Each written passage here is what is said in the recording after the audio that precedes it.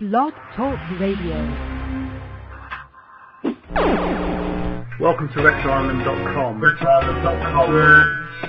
The only site for everything retro. The Retro Island Network for everything retro. RetroIsland.com.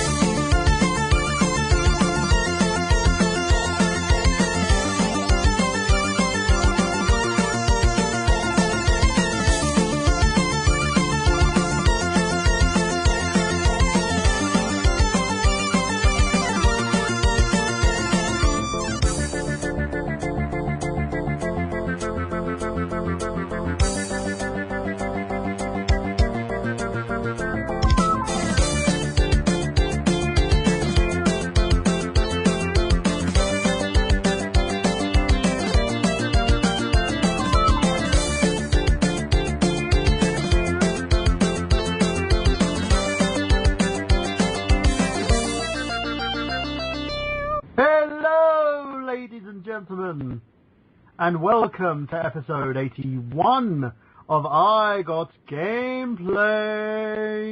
Yes, I'm your host, Michael Burhan, the sexiest man on radio, of course, because I've got a voice that you just make you want to scream. And speaking of voices that make you want to scream, of course, exactly, we have the man who sets many ladies' ovaries alight. He is Mr. Excess Gaming Podcast himself, Xander Scullion. I got gameplay. Can you hear me? This is Solid Snake. What's up, everyone? What are you up to this week, Xander? Do you have any fun? Been doing some Excess Gaming podcasting and loads of other stuff and stuff? I actually had a break this week. The only thing I've really uploaded was our Let's Play on Mario Kart 8. Ooh. Yeah. So that must have been a fun one as well. I enjoyed that. I was getting my butt handed to me. I was kind of on the Rodman end. You know, I was trying to get one at the end. It was pretty good. It was a lot of fun.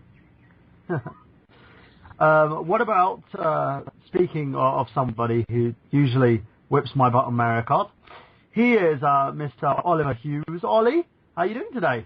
Yeah, I'm all good. All good, yeah.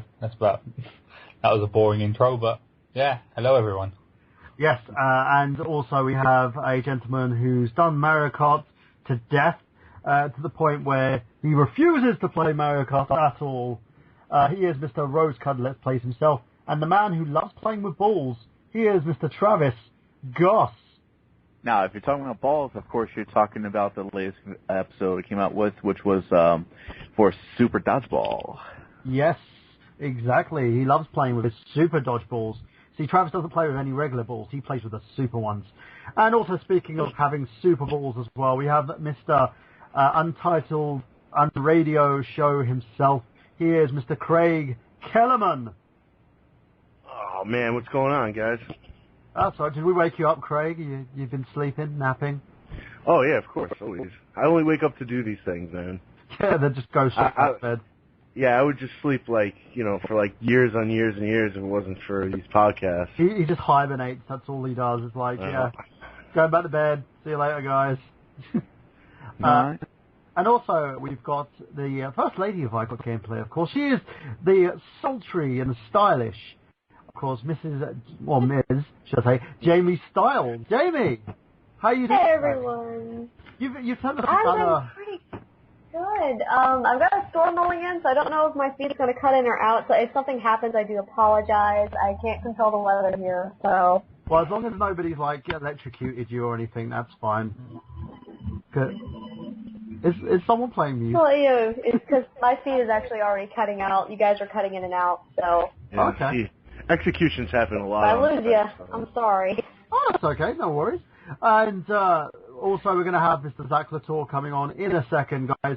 But, as always, let's progress with the show and go on to something I think our hosts are going to love talking about, and that is, of course, I got gameplay news segment if I can actually find the boards. Oh, there we are. So I found it. And now let's go to the news.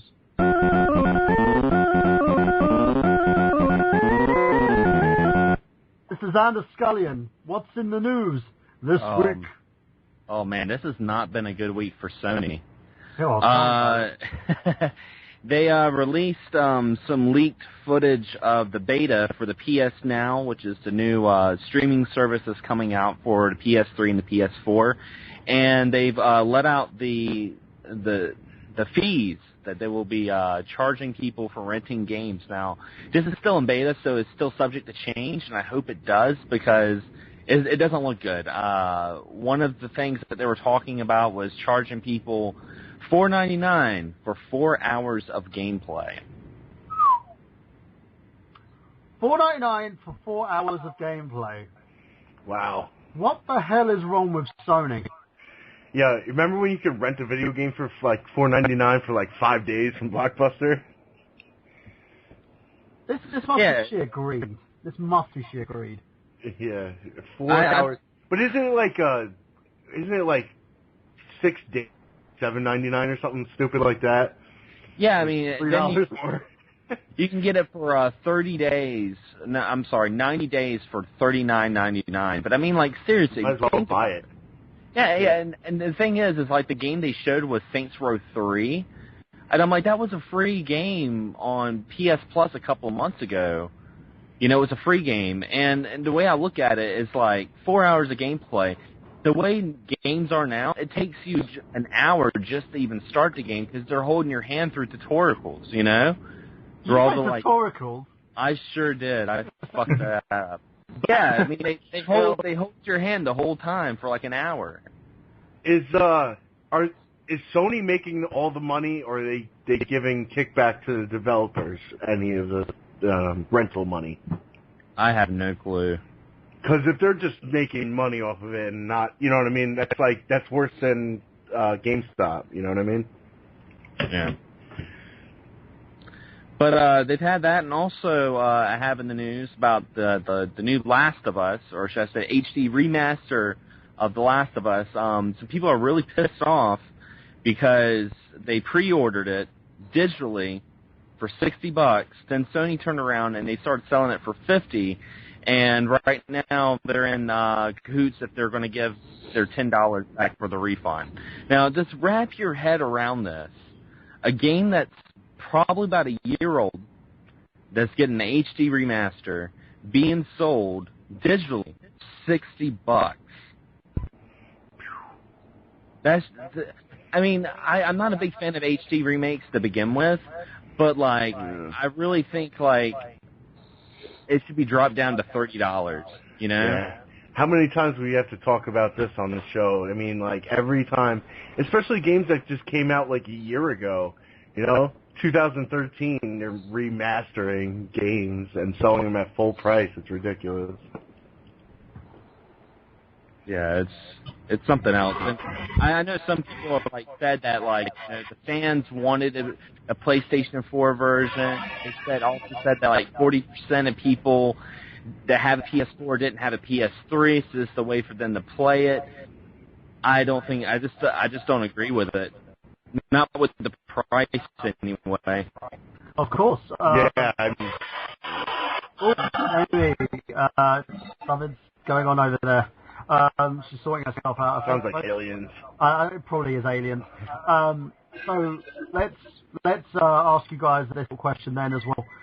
What does everybody else think of this? Zach, did you see it? Was Sony Fed being a bit? Yeah. What the hell's going on? Well, here's the thing. We always talk about remakes, right, or remasterings or whatever. Now, I don't mind them, but the bullshit part is what Xander said, is when they try to sell it at, like, MSRP of the original game or, like, just about. Tomb Raider did it, and it was bullshit. I couldn't believe they had the balls to do that. But people buy it. That's the thing. People pay money for this. The Last of Us one, when the developer, you said they're selling it for $40 and then Sony wants to sell it for $50 or whatever. It's just fucking ridiculous. The whole system, the PlayStation Now, when I saw Xander post that, I was just like, what is this? Like, who thinks this is acceptable? Like, who's going to pay money for this stuff? Yeah, no, I agree. I don't know what to say about this. This is just, it's not even disheartening. It's really like, for me, it's like you're misleading your fan base. It's like we kicked up a shit fit when, Ollie, turn the player off. It's not me. It's coming from you, Going mate. through the Twilight Zone right now. It's coming from you, mate. I think you need to get your headphones put on. No, my headphones have been on all show. Okay. All right. Hopefully, okay, that's better. But yeah, the Last of Us basically, in terms of this game, and we've given like Microsoft a lot of shit for their tactics, and it just seems like Sony's just turning around and anal raping their fan base for no reason whatsoever. And I don't understand the reason behind it. Maybe the big wigs in the company are like, well, you've got to aggressively push this because this is where we're making money. But even so, it's kind of, it's taking away from everything that Sony has achieved so far, you know, and every positive that Sony has made prior to, well, this week. So bullshit. Well, like, one thing about The Last of Us is, so if you look at something like, in the future, if you look at something like Grand Theft Auto 5, it'll have been out on PlayStation 3, Xbox 360. It will eventually be out on PS4 and Xbox One. So off one game, there's only 4 different demographics of people. Then you look at something like The Last of Us, and it's only selling to PS3. Now, I mean, it's not necessarily an issue because they made it that way. You know, that's how they had done it. But you look at how some people are cashing in so much more than games that are only on one single platform. So I understand they want to try to bring them over. They've already paid to make the game, you know, to bring it over and sell it to a different audience. But the way they're doing this it's complete bullshit. It's fucking robbery. It's theft. It's ass. No, I agree. And in terms of Sony, they're not really handling it very well either. They've just kept quiet on it. You know, that people are demanding their refunds, and Sony have just been holding their hands up, going, "Well, we're not doing anything." Well, the issue is they bought it digitally, and you know, digitals offer no refunds. So right now they're pretty much telling the consumers that they should have read the fine print. Which is bullshit. They shouldn't. That's not the way to handle your fan base who has been supporting you over the fucking last few years. Do they want their gaming division to fail? Do they want it to end up like the rest of the company? Ollie, what's your opinion on this? To be honest, I think they're just trying their luck. They're trying this, see how many people will bite. If no one bites, they'll go lower and we lower it. If people bite, we'll keep it at the same price.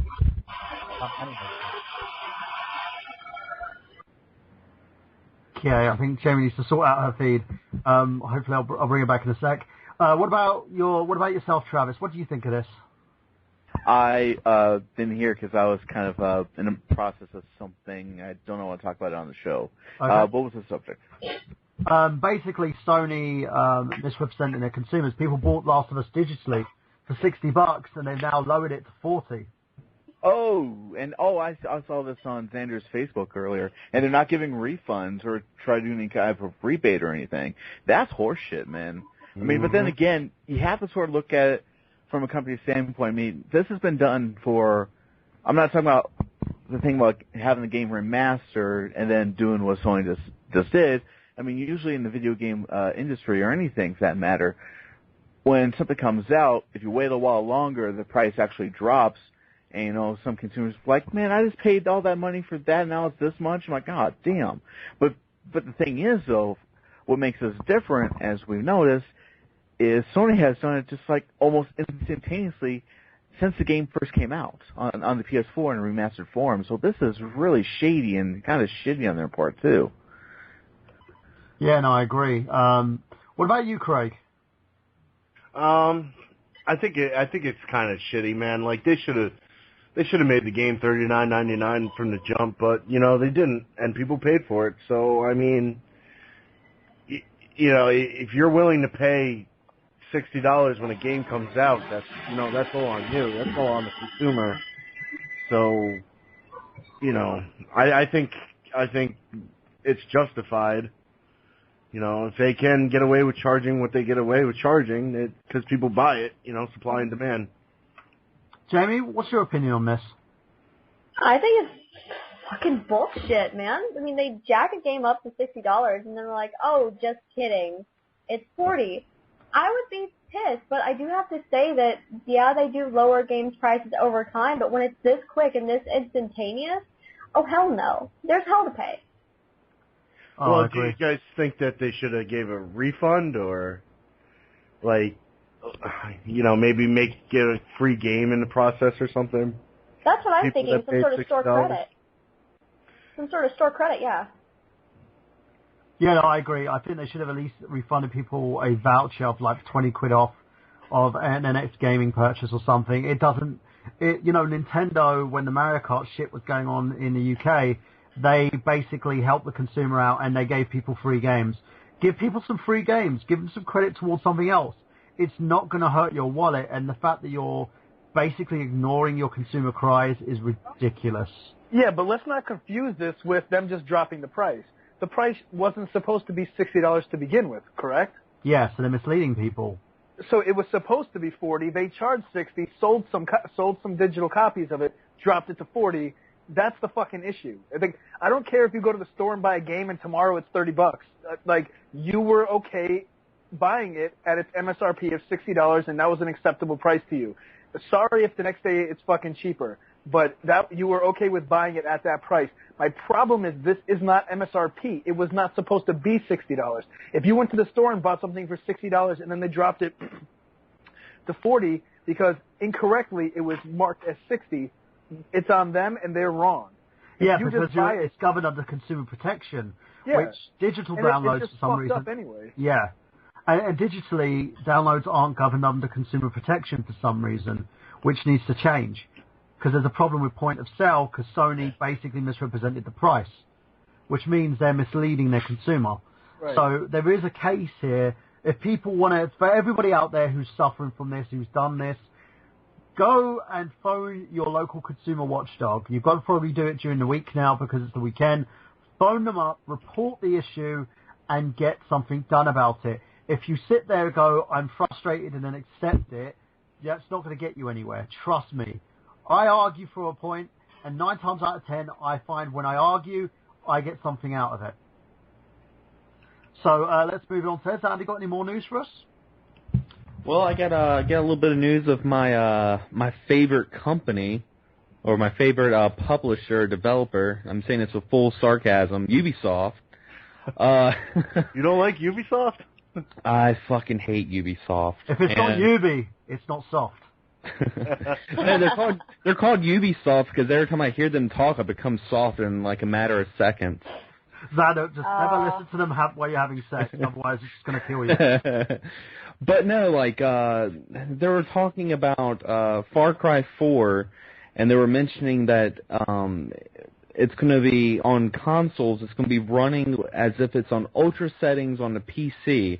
Then they turned around and they have admitted that they've been showing E3 footage using high-end PCs. So all the E3 footage we've seen of Far Cry haven't been actual console gameplay.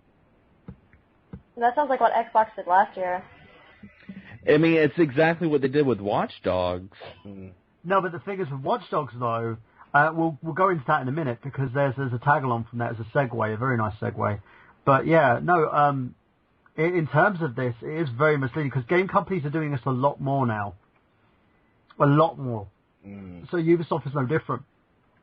So the fact that they're doing that is preposterous. You know, why don't you just show what the game's going to look like on a fucking console? Why do you have to go all high-end and say, look, it's going to look like this? And then when you get the finished console product, people are like, what the fuck? You know, it's literally misrepresentation here. Zach, what do you think of this? Well, you know, it's funny that people want to show like this fully finished product that's like buffed out and looks beautiful, and then and damn well knowing that that's not how you're going to get it. Instead of being like, you know, this is a work in progress, and when you get it, you're pleasantly surprised that it's way better.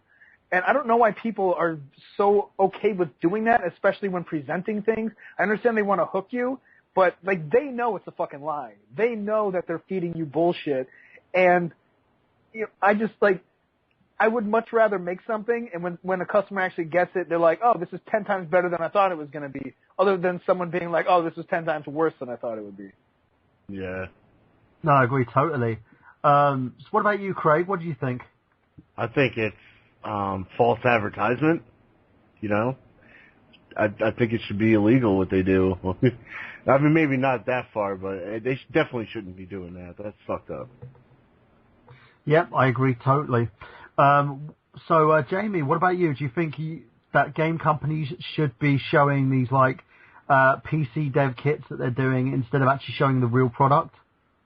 Absolutely not. I think they should say, this is what PC gameplay is going to look like. If the game is coming out for PC and you show PC gameplay, make sure people know that it's PC gameplay and not the actual console. This is exactly what Xbox did last year for their E3 presentation, which was they showed all of their stuff for Xbox was PC gaming, and it got them in a shit ton of trouble, and that's one of the reasons why the Xbox One had such a bad start. Yeah, and I agree with you on that wholeheartedly. So, Oliver, what about yourself? To be honest, I don't really have much of a problem with this. They obviously, all these companies want to show their game at its best, and the only people who are going to buy it from the high-res trailer are the people who are going to buy it anyway. People who need to buy games when they first come out because they're all shiny and new. I mean, all of us know we see a game that graphics look a little too good, they probably are a little too good. They are probably a high-end PC. They're not going to be a console graphics. So it's all about taking what they advertise with a pinch of salt. I mean, people don't bitch at shampoo commercials saying, no, your hair doesn't become that glossy, that's clearly photoshopped. No, they're advertising something. They're advertising kind of an ideal, like a dream. Like, buy our product, this is what you'll get. But you expect it to be fake when it's shampoo and stuff like that. When it's video games, you expect to get what they show you. Well, technically you can if you have a high-end PC and you buy the PC version. Yeah, but what about games that are not released on the PC? Right. What I'm saying is they should be like, this is like the best it could possibly be. Advertise it and at least show what it would be like on a console. Because a lot more people are buying games on consoles than they are on PCs. And not everybody has a top-of-the-line PC either, Or how about this? If they want to show PC footage of gameplay, why don't they let PC be a part of E3? So that's what I think's so funny. It's so hypocritical, because they actually made a point. E3 made a point saying that E3 was a console festival. It was for gaming consoles, but everything they're showing is on high-end PCs. Yeah, that's ridiculous. Not everything, but yeah, that's fucked up, man. Yeah, no, I agree with you on that one. And just so we know, guys, if you want to join in the conversation, you can do on 718-664-9265. That's 718-664-9265. So call in. You can also use the Skype button. Please, no trolls tonight, as we're going to be going through a whole load of Metal Gear stuff. So I'd rather anybody who wants to get into a serious conversation, jump in. Otherwise, we're just going to end the call. So, if you want to discuss this, grab on 718-664-9265. You can also join us on the chat box or tweet me on Twitter at Michael Burhan, of course, as I'll be live here on Twitter discussing this, as well as you can go onto our Facebook page, facebook.com/IGotGameplay, and leave your comments there as well. So as we continue, let's continue with the discussion. Now, Xander, is there any other news that you have for us? Other than the fact that Capcom might be bought out. Yeah, that's another little bit of news there. Capcom is up for sale. I'm terrified. But Jamie, it means that you're not going to have them stopping Mega Man games anymore, What about my Resident Evil? Yeah, but it means that you may get a new Resident Evil IP, basically, which look might at go the back to roots. Look at the last 2 Resident Evil games, though. They Oh, weren't, like, hey. Hey, Six was good. that's a big part of it, you know? That's a big part of the reason why they were hemorrhaging money. Okay, 6 was actually okay. You try to make a villain that can stand up to Wesker, okay? Resident Evil 6 was okay. It wasn't great. It was okay. It had way too many, like, timed events and shit like that, and way too many campaigns, but other than that, it was okay. 5 sucked ass, though. But that's the thing, they put all their eggs into an okay basket. This is true, but it did not suck as bad as most people say it did. I like Blue Stinger more. Blue Stinger for the win, baby. But no, I'm very curious about who's going to get Capcom. I mean, everyone's looking at the big 3, you know, Microsoft, Sony, and Nintendo. But you know, it's up for grabs, and it's really, what is it, like 2 million right now? Yeah. I mean, anybody, like, well, not anyone, but Nintendo. but you know, I'm thinking that, you know, if there's some sort of like smaller developer that could gobble it up, it would really put them on thin right there. You know? I agree with you. Anyone has that money. If I played the Powerball, and the Powerball right now is 20 million, I'd freaking buy Capcom. I would too. If I got 100 million to say off I was going to say, it's time to... Yeah, 100 million of euros. I would use some of that on Capcom because it's basically tried and tested, and I believe they just need people governing the company who you know has an idea of what they should be doing and who are implementing these IPs and getting them out there, because it just seems that they're not doing that. You know, the 2 developers I would like to buy Capcom's either Nintendo or Platinum Games. I definitely want Nintendo to pick it up. I think Nintendo could do a lot with Capcom's properties. Mega Man. Yeah, like, you know, I mean, I think if like Sony or Microsoft picked it up, they could do stuff too. But I think the way Nintendo develops games is way better. So I mean, just think about an awesome Resident Evil using the gamepad, you know, and stuff like that. Or, you know, if they made like a new, like another Strider, or brought back like Bionic Commando or Ghouls and Ghosts, you know. I mean, there's so many series that they can definitely open up all those games on the Virtual Console.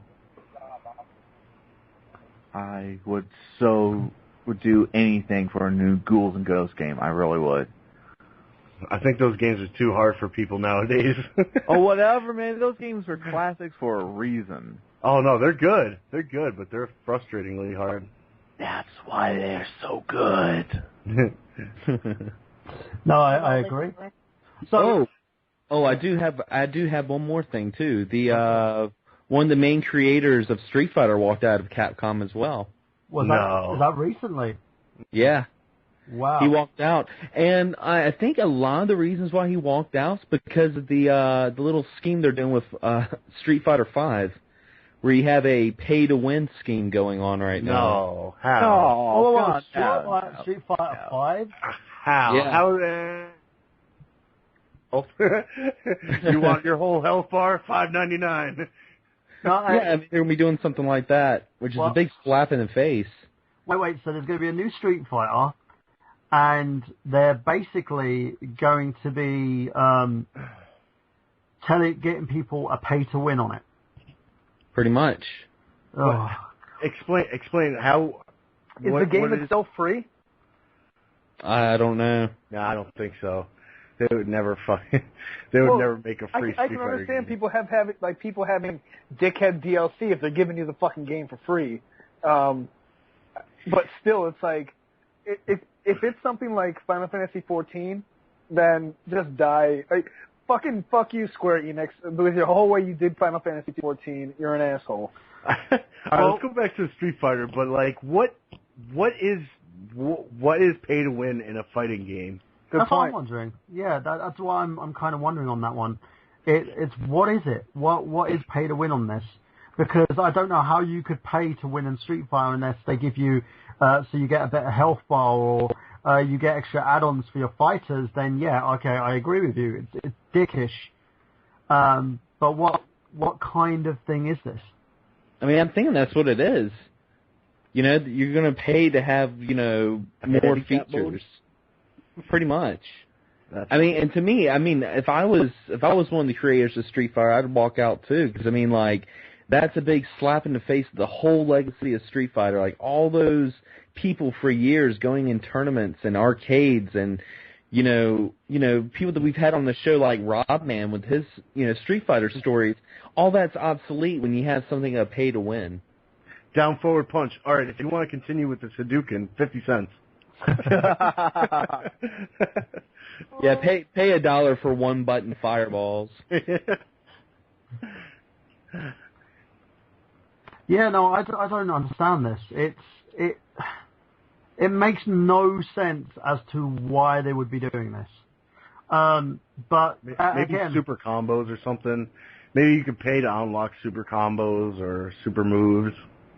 Yeah, but that's not necessarily pay to win though. That's just like I've beaten that game and I've beaten people online without using any supers or any ultras.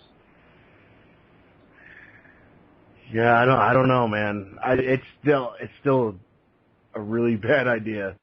Well, that's why they're selling Capcom anyway. So. Yeah, I mean, it's one thing, Stuff you know, like it's that. going to be like Street Fighter V, Super Street Fighter V, Super Ultra Alpha Street Fighter V. well, Stephen EX2. Robertson actually stated here on the Access Gaming Podcast forum. I've just been looking at it here, and he's basically stating that Capcom believes there's a sucker born every minute, and that's what Capcom was all about. Do you guys believe that? Do you think Capcom are just, they don't really give a shit anymore? They don't give a fuck. No, They don't care. They care about their bottom line, which is dipping. And they know that people pay stupid money for every little DLC in video games. That's true. I mean, not every gamer, but a lot of gamers do. I mean, like, every time they release a map pack in Call of Duty, you know, how many kids jump on it, like, 3 months before a new Call of Duty comes out. Yeah, it makes no sense to me. I don't see why, in terms of anybody, you know, Capcom would do something like this. It annoys me. It makes no sense, and I think as a company, they are going to be in a lot of trouble. Now, moving on from that, let's go on to yourself, Mr. Zach Latour. Do you have some news for us today? Yo, I can't find a fucking good piece of news at all today. You know what? I heard a couple of good rumors. There's one rumor that the remake of Legend of Zelda Majora's Mask might be coming to the 3DS. The company that remade Ocarina of Time is looking for hires and all this stuff, so that's a good rumor, a good possibility of that game coming out. That's pretty cool. Plus, the only other thing I could find really in the news right now is the Steam Summer Sale. There's a lot of cool things if you guys are into PC gaming. I am. I've been looking at the Steam Summer Sale, and there's been nothing that's been interesting me at the moment. That Steam Summer Sale is very annoying because I've downloaded Knights of the Old Republic 2, and I've discovered that it's not compatible with a 16:9 screen. No, Which game's pretty old. Yeah, but the thing is, if they're reselling it, they should deal with that. Yeah, I know. If they're going to make money off of it, they could at least work on it a little bit. Yeah, you have to manually patch it and kind of go into the actual configuration files and play around with it, and I've just given up. I spent like 20 minutes trying to do it. I'm just like come on, they're remastering games that are like completely compatible on HD systems. Why can't they just, and selling them for $60? Why can't they just go back and just make it widescreen? I don't know. Well, it's bizarre to me that, like, people didn't see a lot of this stuff coming. My buddy was watching a DVD, like, of 10 Things I Hate About You, and it probably came out. He probably bought it, like, when the DVD came out. And when I walked by the television, it was this tiny-ass little box in the middle of the TV. Like, it didn't even fill the fucking screen. And in my head, I'm like, why did this happen? You know, like, I've had VHS tapes from, like, 1960 that fill the whole screen. So, I don't know. Some people, I guess, just didn't think this through when they made this stuff. Oh, I would like one of your VHS tapes from 1960. I think that would be worth a lot of money. Oh no, just go to the Salvation Army. You'll find all kinds of shit.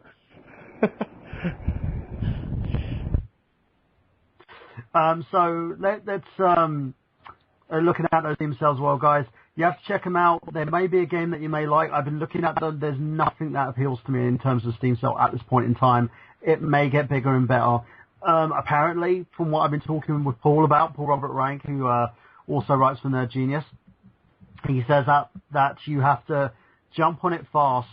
Otherwise, you're gonna have an issue. So going on from there, let's move on to yourself, Mr. Oliver Hughes. Do you have any news? I don't know how much of a rumor this is, but the new Alien game is going to be with the the 3D hardware that they brought out, the Oculus Rift, is it? Oculus Rift, huh? Yeah, their Alien's going to be compatible with that, which is, I don't know, that just sounds scary as hell. Yeah, literally. I think that would be kind of cool, though. I don't know how much an Oculus Rift is going to be I hear that they had one coming out for a little while, right? Didn't Oculus Rift or something come out in April? Yeah, it got bought out, I believe, by Facebook at the moment. They're still in the process of buying it out. But in terms of the issues that are going on with that purchase, will basically, you know what the heck will be happening.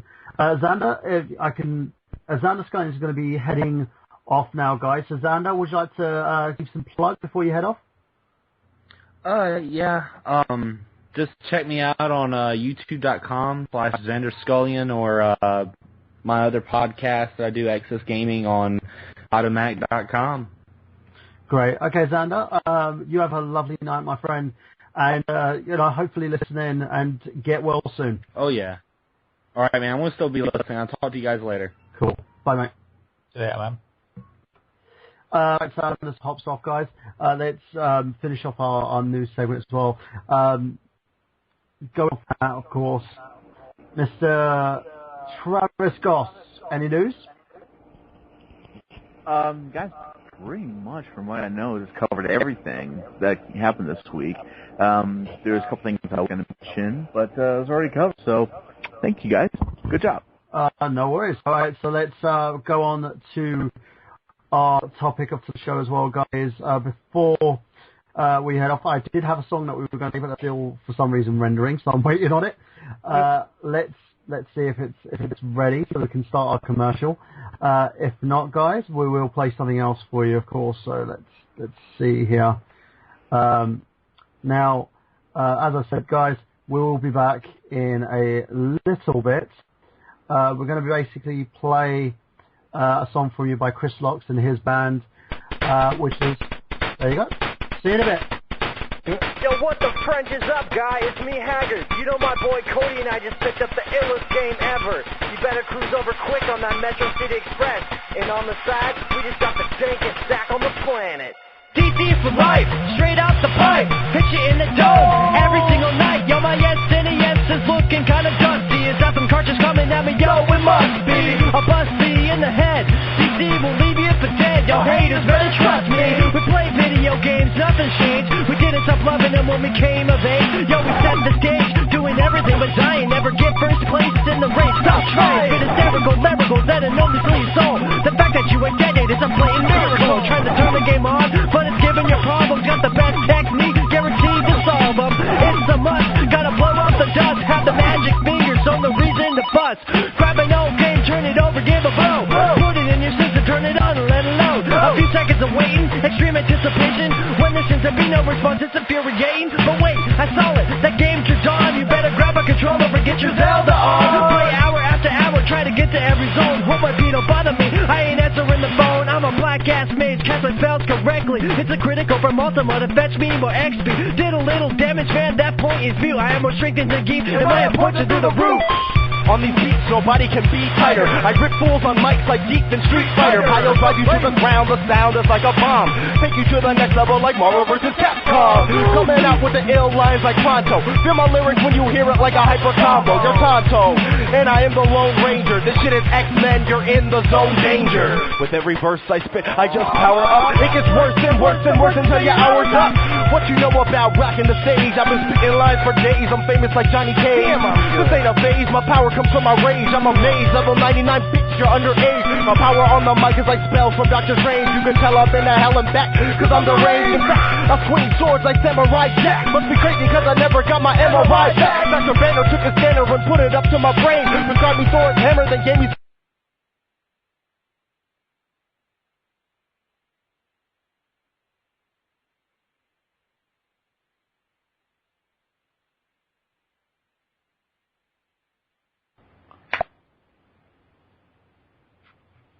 Hello, ladies and gentlemen. We are back, as we are now basically discussing the Metal Gear franchise. Of course, these are a franchise of games that were developed by an awesome company known as Konami.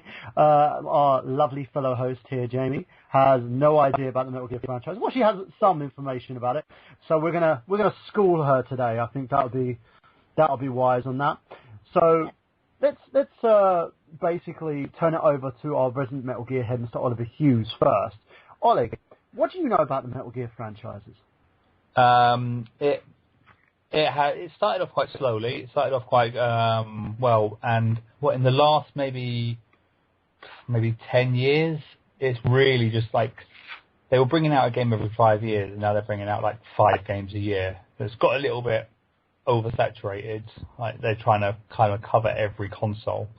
But no, the actual games themselves are brilliant, but the storyline, again, is just confusing as hell.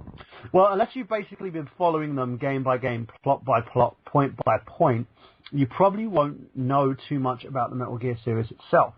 So what I'm going to do quickly, guys, before we go into the series itself, I want to ask a few questions. What was the first Metal Gear game that you played? So we'll start with you, Zach. What was the first Metal Gear game that you actually got your hands on? Zach's probably not back yet. Okay, Travis, what about yourself? It would have to be that wonderful, fantastic NES game that came out back in, I want to say it's 87 or 88? 87. Okay, I was right, 87. And that game, oh my god, wow. That was bad. I'm not going to lie, that was bad. Okay. What about yourself, Craig? Craig's not back yet, too. What about you, Jamie? Well, I would have to say that the first game that I played was nothing.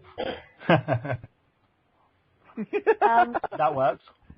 Tonight, right? Like, tonight, pretty much. This is it, guys. You gotta sell me the game. This is what you're doing tonight. Sell me on Metal Gear. Okay. It's difficult. I'm picky. Well, I will tell you, don't start with Metal Gear for NES, because it's not a good way to start it off. Well, the NES Metal Gears aren't canon.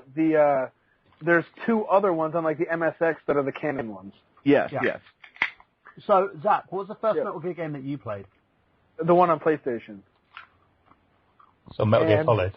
Metal Gear Solid, yeah, and it's such, okay, so I believe when they first made Metal Gear, they didn't want it to necessarily be like a tactical game, but the way it was designed, there was like a problem with how many like bullets could be on the screen, and I think there was like severe slowdown.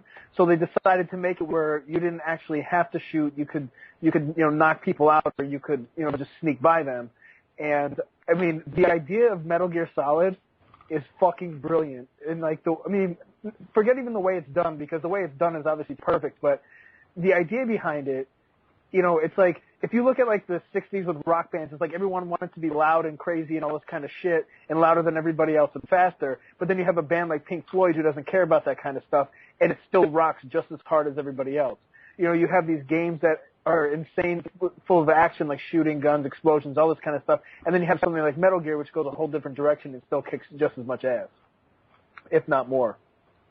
That's an awesome analogy, by the way. Thank you. Why do you feel that it kicks so much ass, though? What to use at? Why does it stand out from the rest of these games? Because it's almost like actually real compared. If you look at something like a game or like even a fucking movie, like something like Rambo, where this one dude is going in like guns blazing and shit, and he should have died, you know, however far into these movies or whatever. This is a game where it's actually like survival, and it's actually like you could actually do this if you were stealthy enough, if you were good enough, if you were someone like, you know, Solid Snake or Big Boss, and you were the shit. This could actually be like a legitimate thing. Like this, you could have done this like in real life. I'm not saying like, you know, obviously some of the shit is taken to like, you know, different, you know, out of like reality or whatever. But this could be a thing. You know, you could definitely sneak by people and knock them out. You could definitely do, you know, complete things like this, like if, you know, military or whatever type of missions by not even using a weapon. Stephen Robertson was saying his first one was the Metal Gear on the MS and XS version. So, yeah, no, in terms of Metal Gear Solid, it's a... Craig, I think you're... I can hear myself on you, Craig. Yeah, wait, hold on. So, let's go into the nitty-gritty, guys, and talk about the Metal Gear series. The Metal Gear in Japanese is Hepburn Metal Gear. I probably slaughtered that. It's a series of action-adventure stealth video games created by Hideo Kojima, developed and published by Konami. It's the first game. Metal Gear was released in 1987 on the MSX2. Now, in these games, the player takes control of a Special Forces operative by the name of Solid Snake, who's assigned to find a titular super weapon called the Metal Gear. It's a tide-pole walking tank and has the ability to launch nuclear weapons. Several sequels have been released for multiple consoles. After the request from Konami to produce a new Metal Gear games, the sequels expanded on the original game's plot, adding new characters opposing and supporting Snake, and there have also been a few prequels exploring the origins of the Metal Gear. Recurring characters and various parts were inspired by Hollywood films with characters' names, settings, and artworks, often referencing them. So let's ask a question.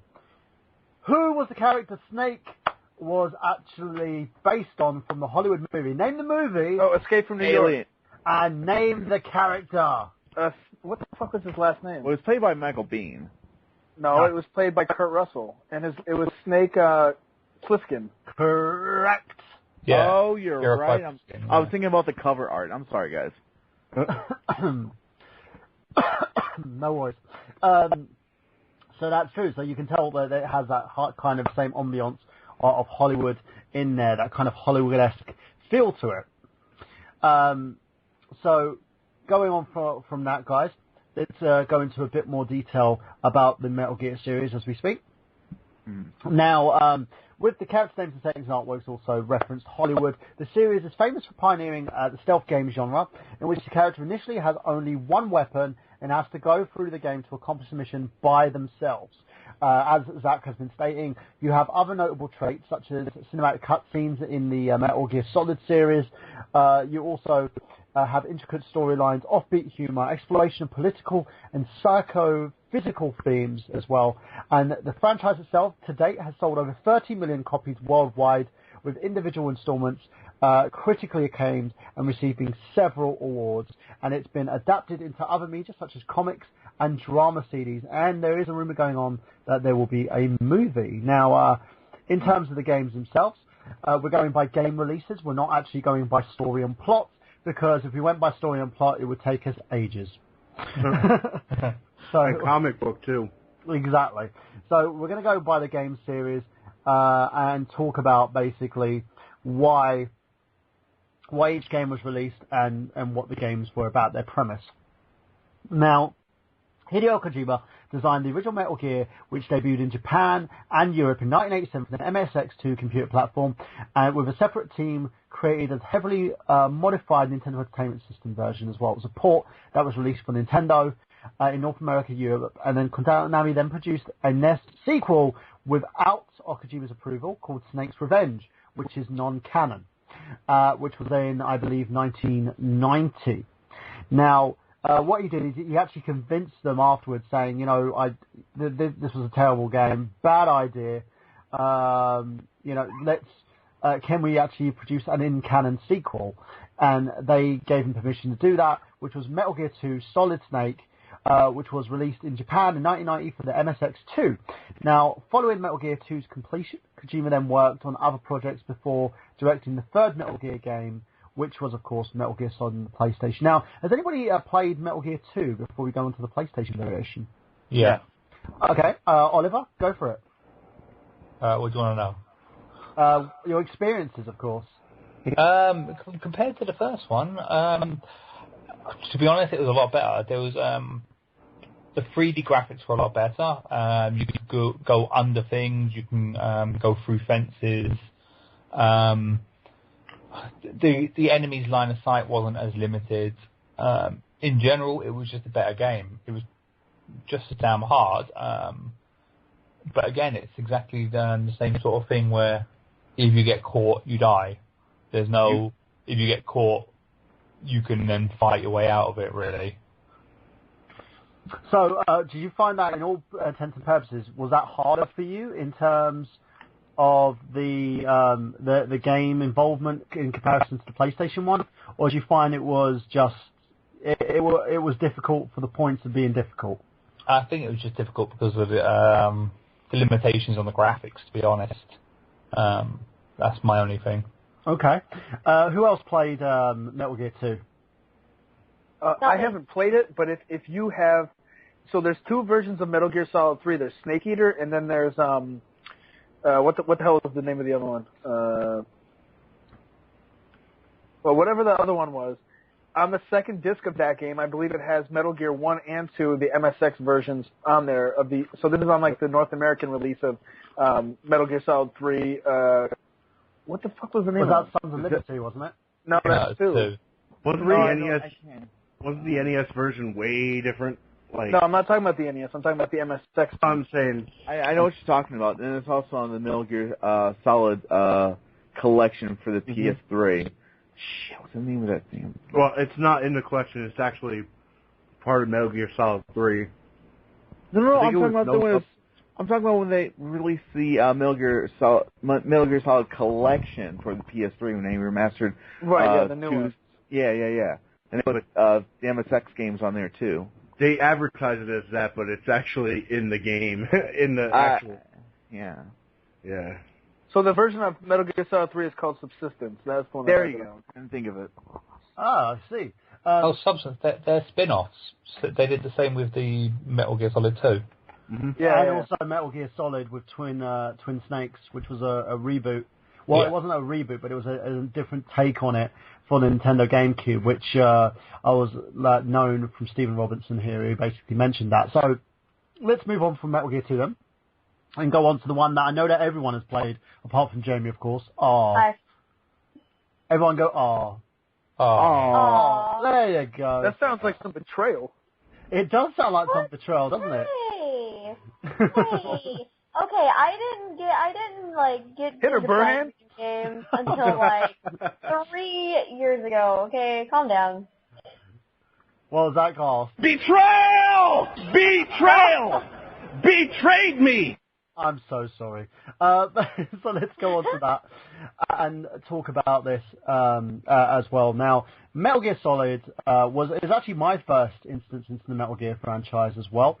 It was I never even knew about the NES games until I did a bit more research and digging, of course. So Metal Gear Solid was released in 1998. So basically, you had 8 years between the release of Metal Gear 2 and Metal Gear Solid, which was the third installment. It was released on the PlayStation in 1998, and it was a success to Metal Gear, basically. It was a huge success and spawned its own series of sequels as well, spin-offs, ports, and remakes for the Microsoft Windows, Game Boy Color, PlayStation 2, Xbox, Nintendo GameCube, PlayStation 3, PlayStation Portable, PlayStation Vita, Xbox 360, Nintendo DS, PlayStation 4, Xbox One, and a partridge in a pear tree. I think So- it was a mildly successful game. Mildly successful would probably that's probably more than that. So Like 5 people liked it. yeah, 5 people. The 5 people just kept buying it over and over again. So what we're going to do, Jamie, we're going to get our hosts here to basically talk a little bit about their time spent with this game. Zach, you're basically, this was your first game as well in the series. Tell us a little bit about Metal Gear Solid. To you, what was the first thing you came into it looking at it as a noob, saying, "Hey, you know what? This game, I've never played this game before. Let's pop it in there." Did it just blow your mind? Well, when I first played this, I was I didn't realize that you're supposed to sneak around, and that's the thing. To me, this was such a different idea. You're used to all this fucking run and gun shit. You look at Contra that everybody played. You look at these old classic games that we were all playing at the time, and then something like this comes out, and it's so different, and it's just. Yeah, I did horrible when I first got this game. I didn't get it. I didn't fucking understand it. And I got very, very frustrated with it. I kind of saw it in the same way as Ego Raptor did. All I saw was this big, hefty ninja for some reason that was coming after me. I was like, what the fuck is this guy? Why does he want me to hit him? Is he a good guy? Does he like me? And, can't we be friends? And the amount of time I tried to do stealth in this game, I was like an old man trying to freaking navigate a PlayStation. I was like, how the fuck did I've been caught again. Oh, he's firing at me. Oh, I'm dead. And just go, there was painstaking hours to get it right, to get the game right. And eventually, I did at first, I ended up giving up. I was like, fuck this game. And it's couch. Fuck it. Not playing it anymore. But then by the behest of my brother, who was like, get back into it, you're going to like it. I then started playing again, and I enjoy it. It was one of the most fun times you can ever spend as a gamer on a game that was considered at the time as well next gen. It was you had these beautiful cinematic cutscenes, you had these amazing characters, this great story. If you understood anything from the previous games, I thought the characters were just cool. I didn't understand the story at all. I didn't care. I was like, man, Solid Snake, and the guy who's talking to me through the codex, man, he's cool too. Yeah, well, I wanted to talk about 2 things of this game that really did blow my mind. That changed a lot of these things, in my opinion, changed a lot of ideas in video games. There's this one part where Snake is locked up, and you have 3 choices of the way you can get out of there. You can get the guard's attention and he comes in and you can beat the shit out of him. But you could get a bottle of ketchup and you could dump it on the ground and lay in it, and that would make the guy come in because he would think that you're fucking dead or whatever. And that's one way that you can escape. And that I was like, I don't know, to me that's crazy. I'm thinking about how long ago that game came out. I mean, 98. It was just a brilliant idea. But then the one thing of this game that really fucking blew my mind. I cannot remember the name of the boss, but he can read all of the patterns of your controller buttons. Psycho Mantis. Yeah, Psycho Mantis. So you have to take your controller out of port 1 and put it into port 2. Yeah, because he blocks the port 1 controller. Oh my God. I didn't get that. Boom. Brain, mind explodes. Yeah, I'm sitting there, he's reading my memory card. I'm like, you're fucking reading my memory card. That's right, I did that too. Yeah. You played Castlevania? Whoa. Yeah, and I'm sitting there and I'm trying to... Silent Hill. And I'm trying to, put on the freaking, press the button on the controller, and I'm like, what the fuck? Is this controller broken? I actually took my controller apart just to figure out what the hell was going on with it, because I didn't know. I'm an idiot. I don't read manuals. And then eventually my brother was going to me, dude, what are you doing? I was like, the controller stopped working. And I'm putting it back in, putting in another game, and it's like, it's working again. Go back to that scene, and it cuts off again. I'm looking at him, and he goes, just put it in the other port. I was such a retard. It was real that's bad. Not like being a retard. That is an idea that I don't remember ever being done in video games. Yeah, the video game admitting that it's a video game. Yeah. That's the one thing the Metal Gear series does a lot. Breaking the fourth wall. And this is the one thing as well. Stephen Robinson was saying, he goes, Metal Gear Solid reminded him of Mega Man because you had to figure out how stylized your enemy's attacks were. which is, I agree, because you literally had to adapt to who you were fighting, in order to figure it out. And it was one of those games that you really need to have your brain in check to actually play, which, for me, made it all that much sweeter, in a sense. What about yourself, Craig? What did you find with this game? Well, this was the reason why I bought the PlayStation to begin with. This was my first game on there. And I remember my friends were like, you really got to get this game. You really got to get a PlayStation. You got to play this. They would always be playing it. And I finally get it. And, man, that game didn't leave my console for at least 2 months. And I had a blast, man. I loved sneaking around. I loved the whole idea, where you didn't have to really literally kill anybody. Like, you could get through a level without, hurting anybody. So, you get the box, you put the box over you, and you walk with the box. It's just silly shit like that. I loved it. Yeah, no, I agree. It's one of those that in terms of, playing, for me, it was one that I could not stop playing.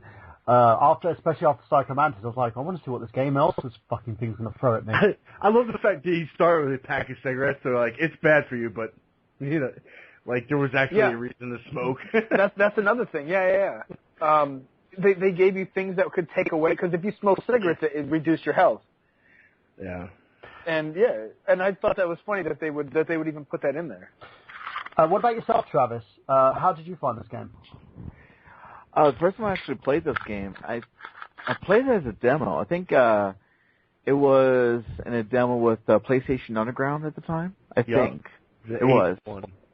Yes, and it was I actually went back and I thought, before I even played, I thought, oh geez, I knew how bad Metal Gear was on the NES. Oh boy! So I popped it in and I was like, holy shit, this is amazing. This game is so cool. I love it. This game at the time had some stellar voice acting. Yeah, that was the other thing. Yeah, and of course the soundtrack was just like, wow, this is getting really impressive in the story. At the time it didn't really give you too much story. There was a bit of a backstory about what is leading up to the events into the game. That was pretty much it, because when the demo ended, I was like, I'm going to spend $50, I'm going to go get the game, I'm going to finish this bugger. And that's exactly what I did, and the story was just, it was a lot of stuff that made you think about the way the political world is. And I think that's the way the series has always been. It's like it dealt with what was going on in current times and how governments are dealing with nuclear war and everything. It was crazy. What about you, Ollie? How did you find the first game? I fucking love this game. It was just, oh my god. Just the 3D graphics again just blew my mind, and just like someone said earlier, you can literally go through the entire game without killing anyone. You can just sneak and play and just go through the entire game without killing anyone, or you can go around and kill every single person. Obviously, that's more risky. And just the story behind it, the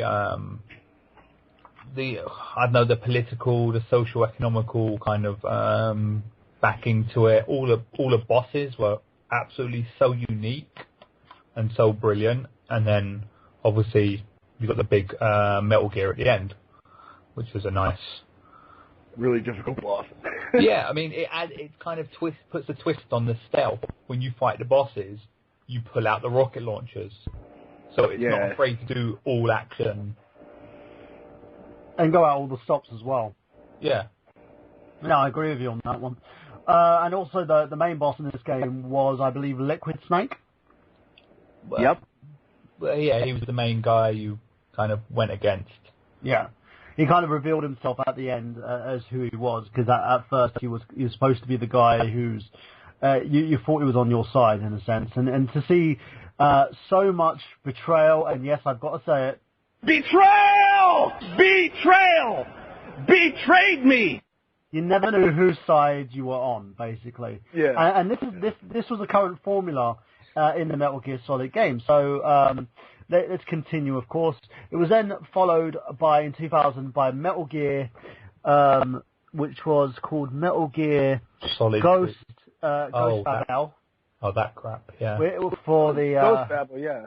for the Game Boy Advance, and then in 2001, Metal Gear Solid 2: Sons of Liberty on the PlayStation 2, which is That game threw me off. It was basically it was the remake of the original Metal Gear Solid. Twin Snakes was released for the Nintendo GameCube at the same time, but we'll talk about in 2004. But we'll talk about Metal Gear Solid 2 and not go too much into that because we did cover the PlayStation version of the game. Now, Metal Gear Solid 2: Sons of Liberty, basically in Japanese, it's Heppen Metura Gear Solid 2 Sanzu Obo Rapidly, which again, I probably butchered that. It's actually a adventure stealth video game, directed by Hideo Kojima, originally developed by Konami Computer Entertainment, published by Konami for the PlayStation 2 in 2001. It was the fourth Metal Gear game, produced and directed by Kojima, and a direct sequel to Metal Gear Solid, and it was released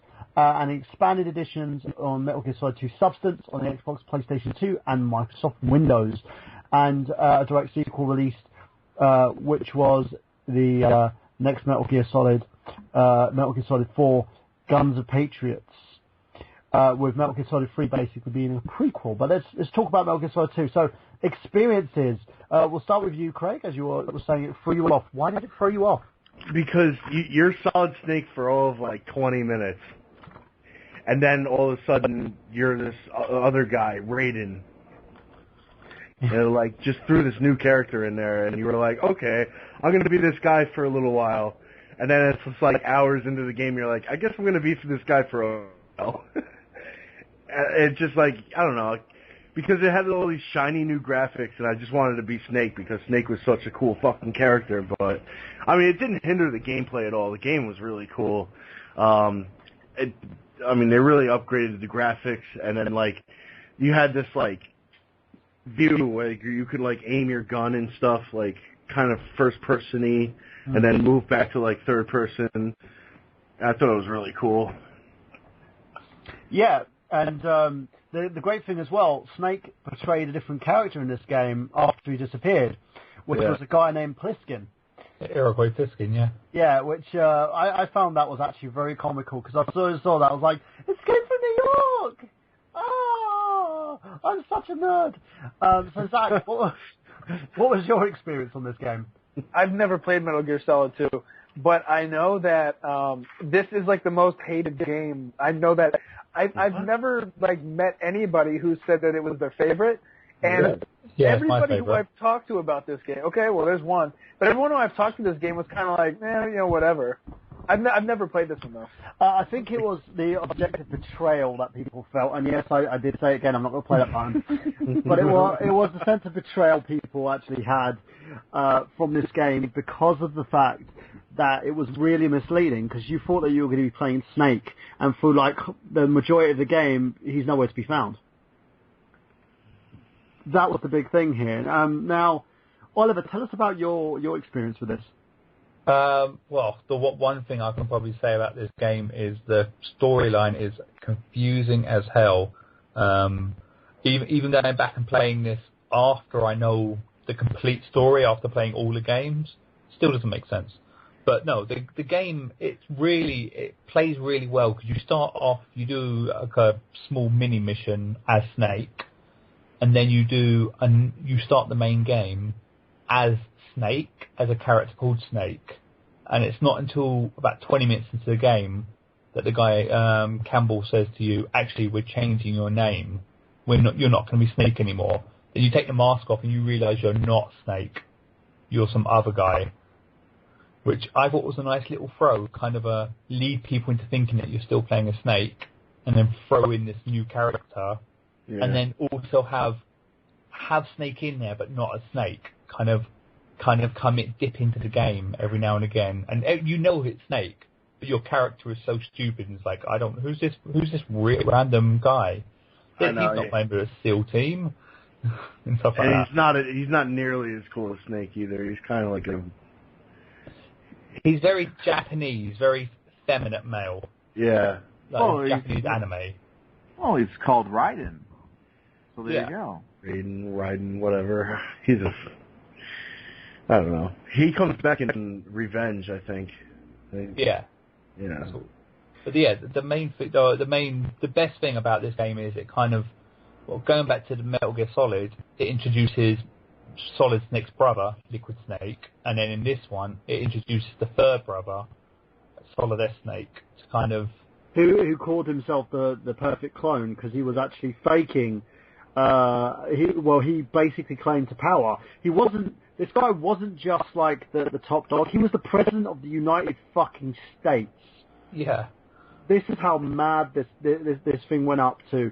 The president of the United States was the worst kind of fucking evil you've ever had, but he was the president. He was the guy doing everything in the background. So tell me a little bit about Solidus then, Ollie. Who was this guy? What made him so fucking evil? Basically, the whole concept of Liquid and Solid is Solid took all the good genetics. Liquid was kind of dumped with all the bad genetics, and that's why Liquid is kind of so bitter. He was like, brother, you got all the best, and I got all the shit. If a rock hard ass, a six pack, and flowing blonde locks means that he got all the good stuff, yeah, I would like to see the shit. Because this wasn't twins. This wasn't Danny DeVito. If he looked like Danny DeVito, then I would have understood. He had right to be pissed. It's so funny because it's true. So. Solid S is basically meant to be the perfect clone of Big Boss, because they're all basically clones of Big Boss, but he's the perfect clone. Oh, okay, that makes sense. Yeah, because basically, in prequel terms, Big Boss, for what people didn't know, is that there was an original Snake who was Big Boss. He was the original Snake. He's the guy that we're going to touch on later on anyway, as we hit the prequels and talk about those a little bit. But I can hear myself again. Yeah, there we go. So as we, with Big Boss, as he was put into stasis, they actually impregnated a lady. What was her name? Big Mama. Olga, yes.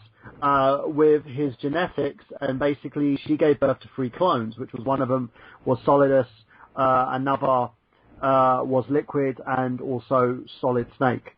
So you had these 3 clones of Big Boss, but that didn't stop there, of course. The clones, this had probably just at least as many clones as Star Wars and Boba Fett. Literally. No, they're the tree and the terrible infants, the 3 terrible infants. I don't know what it is, French. There is only 3 of them. No, but there are. From what I actually saw, because I did a bit more research, the Big Boss actually had more clones. Oh, the genome soldiers. Yes. Oh yeah. Yeah, not technically clones. They're kind of normal soldiers injected. They're not born as clones. They're normal people injected with the thing to make them super soldiers. Yeah, but no. Apparently they were clones. Oh. So there we go on that one.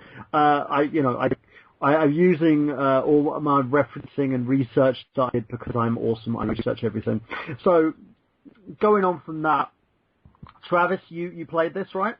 Yes, in fact, actually, the first time I played this game was packed in as a demo with Zone of the Enders, which was the selling point for a lot of people because at that time people were hearing about this demo for Metal Gear Solid 2, and the only way you could get it is if you bought a copy of Zone of the Enders. So I guess that's why the game sold so well, because people wanted to play this demo, which was kind of a smart marketing thing. And it was also Hideo Kojima's other baby, as it were. But, yeah, first time I played this, like, oh my gosh, this is a huge step up from the PS1. And at the time, I thought Solid Snake looked really lifelike. Yeah. And also, from the previous game, from Metal Gear Solid 1, Snake was infected with the Fox Die virus. Yep. Yeah. That's right. Spoilers! For those people who haven't played, if you haven't played it by now, shame on you. But yeah, he was. But yeah, the concept is Snake was originally part of a group called Foxhound. Yes. And that's why Fox Die is in to kill the foxes. Correct. Just for Jamie. So I'm kind of explaining that so Yeah. she knows, because I think we're going a bit fast for her. Yeah, I do apologise, Jamie, if we are going a bit fast for you. It's fine. I like this kind of thing, like crash course, before I actually get into it. So far, I have to say you guys do have me sold. There you go. So far, there are a few things that I'm like, really? Well, But playing the actual game is kind of like a crash course anyway. Yeah. You got to play it several times to really get a grip of what's actually going on. Yeah, I do have a question though. Why are they all named Snake? Because the original guy was called Snake, and they're all clones of him. So that's literally the only reason, is just because they were clones and they really want to confuse people? And they like eating snakes. Yeah, and also wow. it's the code name, basically, as well. Yeah. Oh, well, Yeah. okay. From what I understand, the reason they're called Snake is more than just the fact that they're clones and all that. It's because with Naked Snake, he was very, very good at being stealthy when he was doing his missions. Why did you sound so seductive when you said that, Travis? It's like, Especially talking about Naked Snake. yeah, it was like, he was so good Little at being accidental stealthy. humor there for you. Little accidental humor. But no, he was very crafty at his when he was doing his stealth missions. So he knew how to blend in and try to keep out of the sights of enemies and everything. He was very good at what he did. So that's why they gave him that code name Snake. So very, very true. So as we continue on that one and explain in terms of story, so Metal Gear Solid 2 was critically acclaimed. It shipped over 7 million copies worldwide. It scored an average on Metacritic aggregate score of 96%. So Zach, I know that most people that you knew basically hated the game, but it did score a very high 96%, and it made it the fourth highest game on the PlayStation 2 and tied sixth highest rated game of all time. While the gameplay was tied sixth as well, was universally acclaimed, critics were divided on the philosophical nature of execution of the game's storyline, which explores themes such as memes, social engineering, political conspiracies, censorship, artificial intelligence, and has been considered the first example of a postmodern video game, and has been cited as the primary example of artistic exploration in video games as well, and was also controversial due to its complex narrative and unconventional protagonist. Complex. So there we go on that one, guys. Now let's continue. Yeah. Before we go on, I just have to mention that obviously Metal Gear, there are actually Metal Gears in these games. Like in Metal Gear Solid, there is a Metal Gear Rex, which is basically a bipedal nuclear launching machine. In Metal Gear Solid 2, there's Metal Gear Ray, which is basically the Rex. There's plans got leaked out, and now literally everyone has these Metal Gears. So Metal Gear Ray was like the Navy SEALs version, like an anti-Metal Gear, and that's what you had to destroy. So there are Metal Gears in these games. They're not just called Metal Gear for the fun of it. There you go, folks. So that's you guys being schooled by Mr. Oliver Hughes there. Now, after Metal Gear Solid 2, of course, in 2004 there was Twin Snakes, which was a retelling of Metal Gear Solid 1, which I'll go into just a little bit here. It was a remake and action-adventure stealth video game, of course, made by Silicon Knights and published by Konami. It was with Kojima's approval, of course, and it had graphical improvements over the original, new cutscenes, written and directed by Kiyoshi Kamura. Again, I've probably bastardized that. And gameplay functions originally introduced in the sequel of Metal Gear Solid 2 Sons of Liberty, and include a revised translation with re-recorded voice acting as well, using an original English voice cast, and the engine used to power Metal Gear Solid Twin Snakes was the same engine used in Sons of Liberty. So, going on from that, I'm going to pause this now and just ask the panel a question.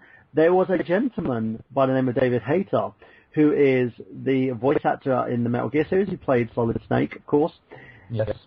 He also acted in a B-movie that was released based on a comic book anime character. Can you name it? What is it? Is it unfair that I got his wiki up? Yes, it does. And it also starred Mark Hamill.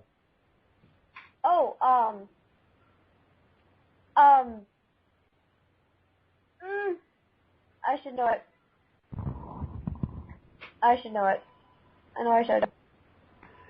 Stephen's got it. Stephen Robertson's got it first. Do you guys want to answer it before I tell you Stephen's answer? Okay, it was the Guyver, aka released internationally as Mutronics, and he also starred in Guyver Dark Hero as well. And they did a review. Actually, I believe Doug Walker did a review with one of the Guy with the Glasses crew, and they did never mention the ties of David Hayter to the Metal Gear Solid series in that video. So there you go, folks. We are I Got Gameplay. Do our research. Sorry, Doug. Anyway, let's continue now and move on to our next part here, which is after Metal Gear Twin Snakes, of course, later in 2004, was Metal Gear Solid 3, Snake Eater. Now, this one took a different turn. This one actually focused, it was a prequel by the name of Heppen Mituro Kiroro Sorito Sorisunuka Ita. Again, I'd probably mess that one up. It's an action-adventure stealth video game directed by Hideo Kojima. And Snake Eater was developed by Konami Computer Entertainment in Japan and published by Konami for the PlayStation 2. It was released on November 17th, 2004 in North America. December 16th in Japan, March 4th, 2005 in Europe, and March 17th, 2005 in Australia. The game was served as a prequel to the entire Metal Gear series and followed by 3 direct sequels titled Metal Gear Solid Portable Ops, Metal Gear Solid Peace Walker, and also Metal Gear Solid 5 Ground Zeroes. Now, what I'm going to do is bundle these in with Metal Gear Solid 3 because we don't really want to talk about all the other retrospective games. We want to sort of stay in canon with the in-game sequels. Now, they're set in the Cold War and Soviet Union. The story centers around Fox operative Naked Snake as he attempts to rescue weapons designer. Yep, Naked Snake. He didn't walk around naked, so just don't get flustered there, Jamie. Sabotage an experimental superweapon to assassinate his defective former boss. While the previous games were set in the primary urban environment, Snake Eater adopts the 1960s Soviet jungle with high-tech, near-future trappings, previous Metal Gear Solid games being replaced with the wilderness, while the setting was changed, but the game's focus remains as stealth, infiltration, and also it retains that serious self-referral, fourth-wall breaking sense of humor as well. And the story of Snake Eater is told through numerous cutscenes and radio conversations. It was critically acclaimed, sold 3.6 million copies worldwide as of August 2005, and it scored a 91% positive rating with a review aggregator, game ratings, and Metacritic as well. So let's go to the panel here. What was your first experience with this, Oliver? My first experience is, honestly, I played it all the way through to the end, and it wasn't until I beat the final boss and I got called Big Boss. I'm like, oh, I'm not Snake from the other games. I'm a different Snake. It really just, I thought I was playing through a Solid Snake all the way through. So it threw you off? It just, I mean, it made sense, but I was just like, how can I be so naive? But, yeah, there's just little things like early in the game, like you break your arm. You actually break your arm and you have to reset the bone and you have to kind of heal yourself when you get shot. So it adds a little bit more realism to the game where like you can't just get shot and eat a ration and your health will go up again. You have to actually bandage yourself up, kind of suture the wounds, kind of wrap bandages around it. It was just, yeah, it was a lot more intense on the healing side of things. Okay, so what about you, Zach? Have you played this? Yeah. One of my favorite things, and I thought was just original and awesome. I mean, I guess not original, because, I mean, they've probably done it in other games, but I love the idea of the camouflage in this game. And it almost made it to where it was like, it added, like, replayability so you could find out exactly how to get all of them. Oh, no, I agree with you on that one. What about you, Travis? The first one I played was a rental, because I just want to see if I'd like it. Of course I did. But yeah, that's interesting how for the first time in the series, you didn't have some sort of like a map system to let you know where the enemies were and where their line of vision were. You basically, I mean, this took place in 1964, so this is before any of that technology even existed.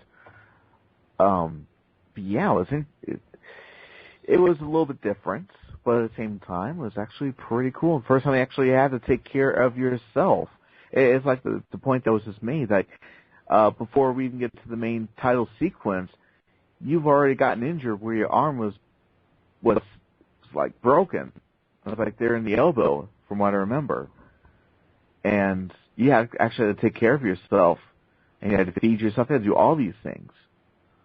So I thought this was a little different, but it was another awesome game because once again you had an awesome cast of people lending their voice work, and the story in this game was actually pretty exciting. I liked the story in here the best. And it was just an awesome game. It was one of my favorites. My buddy Tim, he is like the encyclopedia Metal Gear Solid, and I wish he didn't work on Saturdays because he would have been great to have on the show. But if you also buy Metal Gear Solid 3 Subsistence, there's a version of Metal Gear Solid 3 on there. It's like the international hard mode or whatever. Yep, that's right.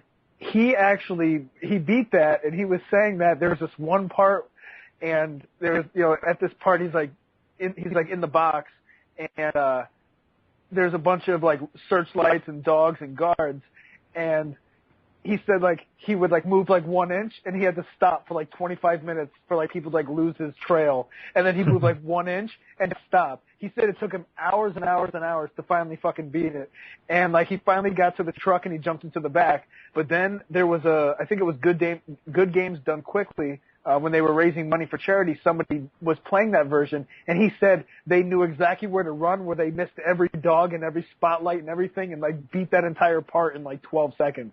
So like the fact that it took him hours and hours and hours to beat that fucking thing, I just thought that's fucking dedication. Very, very true. What about yourself, Craig? Metal Gear Solid 3? Yeah. I had just come across a copy of it on PlayStation 2, and I bought the Metal Gear collection, but I haven't gotten to that game yet. I haven't played that or Metal Gear Solid 4 yet, so I know how disappointing that is, but knowing what I know about the game, it looks fucking really awesome. I think it's a little bit more open worldish, right? Oh, yeah. Yeah, so I think that mixed with the stealth and the camouflage gameplay thing, I think that game's really awesome. The camouflage is fucking brilliant. Yeah, that's exactly what that game needed to bring it to the next level. Yeah, and the array of, again, in all the games, the array of bad guys. Every single enemy is so unique. Oh, yeah. And in this especially. Yeah, I thought it was crazy, too, how the boss was actually female. Yeah. And hot, too, by the way. Yeah, and again, though, there is a little bit of shenanigans going on with her because we are led to believe that she's evil. Right. That she's not, she's the main villain in the game. It turns out that's quite the contrary. Yeah. Go. No, in terms of the worst part of it, it's one of those you sit there and you're like, how did this happen, And again, your whole world kind of gets turned upside down because you're sitting there thinking you're trying to target someone and you're led to believe for the entire game that she's the villain. And then once you do your job, you've realised what you've done. Yeah. So let's go into that. Let's discuss that a little bit. When you guys, accomplished, and again, spoilers, when you accomplished it and you took out the boss, in a sense, did it annoy you that you felt like you were on the wrong side? You come to realise that you're on the wrong side. Well, I feel like, again, how I was talking about how this game, how it was so different that it makes it feel even more real than things that people were normally playing. I feel like this is another thing that if you were actually like in this type of environment or in this storyline, that this is something that very possibly would always happen to you. You never know who's playing you and who's telling you truth, and you never know on what side things get distorted into. It made me paranoid, I have to admit, because I was sitting there, what the hell? It's like watching the Truman Show. Yeah, it was like, what else is going to come? Who else is going to fucking lie to me? I shouldn't trust anyone. I should just go and shoot all my teammates because I don't know who to trust anymore. What about yourself, Ollie? I really liked it. I mean, I never thought that I was on the wrong side. It's the fact that she pretended to be on the opposition, but technically she was. But you don't find a lot of this out until after the credits. Yeah. Which is, again, another thing Metal Gear loves to do. You finish the game, the credits roll, and then either during the credits or after the credits, they give loads of story, what was hidden in the game.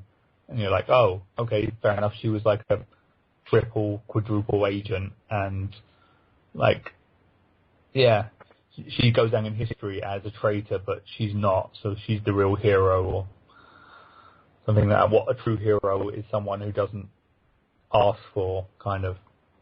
Yeah, she just did what she was told. You know, she said, "This you've got to do. You're going to die for your country. Are you okay with that? You know." Yeah, there was a lot between like your job and your friend, which is more important, your job or your friend. Like I'm your friend, I'm your teacher, but your job is to kill me. What do you want to do? What's most important? Are you a soldier or are you not? And it's just a matter of that repeated itself quite a lot. But the music in Metal Gear Solid 3 is just, I have to give it credit for. They're so emotional. I don't know if anyone else kind of. There's one bit where you take about 10 minutes to climb up a ladder, and it just plays the music. And it's really. Oh yeah, I remember that. And it doesn't feel like you're climbing a ladder. You literally are game time climbing for 10 minutes. You're just pressing up on the joystick. Yeah, it's like in Final Fantasy VII when you have to walk up all those fucking stairs. Oh, yeah, God. You know there's a lift right in Final Fantasy VII. Yeah, but you have to take it the first time you go in there, though. Oh, you can get the lift. Oh, can you? Oh, I'm Yeah. stupid. At least I know I'm not the only retarded one who took the stairs. I even played that game last year again, and I fucking took the stairs. Doesn't learn his lessons well. So let's go on now in terms of that. So Jamie, what have you learned so far? In terms, you have learned not to trust anybody, and from Metal Gear Solid 3, I think would be a great jumping point for yourself. Then we had Metal Gear Acid, that was released on the PSP. It was basically abbreviated as MGA. It was a turn-based collectible card video game, and Stephen Robertson actually mentioned this. It was a lot of people found this really annoying. It was released in Japan in December 16, 2004, North America on March 22nd, 2005, Europe September 1st, and it was the first game in the Metal Gear series for the PSP as well, and it was released for Java mobile phones. I'm not going to go too much into it. If you're really a fan of those games, maybe you can find someone who actually plays it on YouTube. Who knows? Then we had the Portable Ops game, which was the kind of the sequel to the indirect sequel to Metal Gear Solid 3. And then you had the Portable Ops Plus as well in 2007. Then you basically had the Metal Gear Acid Mobile, of course, released in 2008. And we then went to Metal Gear Solid 4, Guns of Patriots. Now, that was titled Hepburn Minuta Gia Sorito Volganzo Ubazal Potorito. And again, I'm probably butchering it. I swear they're making up these names. Yeah. It's abbreviated as MSG4 is the action-adventure stealth video game, and most thought this was the last in the series. I thought it was the last in the series. Well, Snake's like a really old man in it, so it's like, how can he be? And you die at the end of it. It was I get spoilers. Actually, he doesn't technically die, but we'll talk about that in a sec. It was released exclusively on the PlayStation 3 console, and it was a 6th Metal Gear game directed by Hideo Kojima, and set 9 years after the events of Metal Gear Solid, and 5 years after the events of Metal Gear Solid 2, Sons of Liberty, and Guns of Patriots makes its worldwide release in June 12, 2008. It was received widespread critical acclaim, garnering perfect reviews, the Game of the Year awards, and several major gaming publications, including GameSpot, and claimed that the game was technically flawless and has been a financial success, selling 6 million copies worldwide, and was a direct sequel to the Metal Gear Solid and Metal Gear Solid 2 games as well. And it concludes the story of both the Patriots and Solid Snake. So let's go to the panel. Oliver, your first time playing this. I absolutely love this game. It was just, again, the camouflage in this was just above and beyond.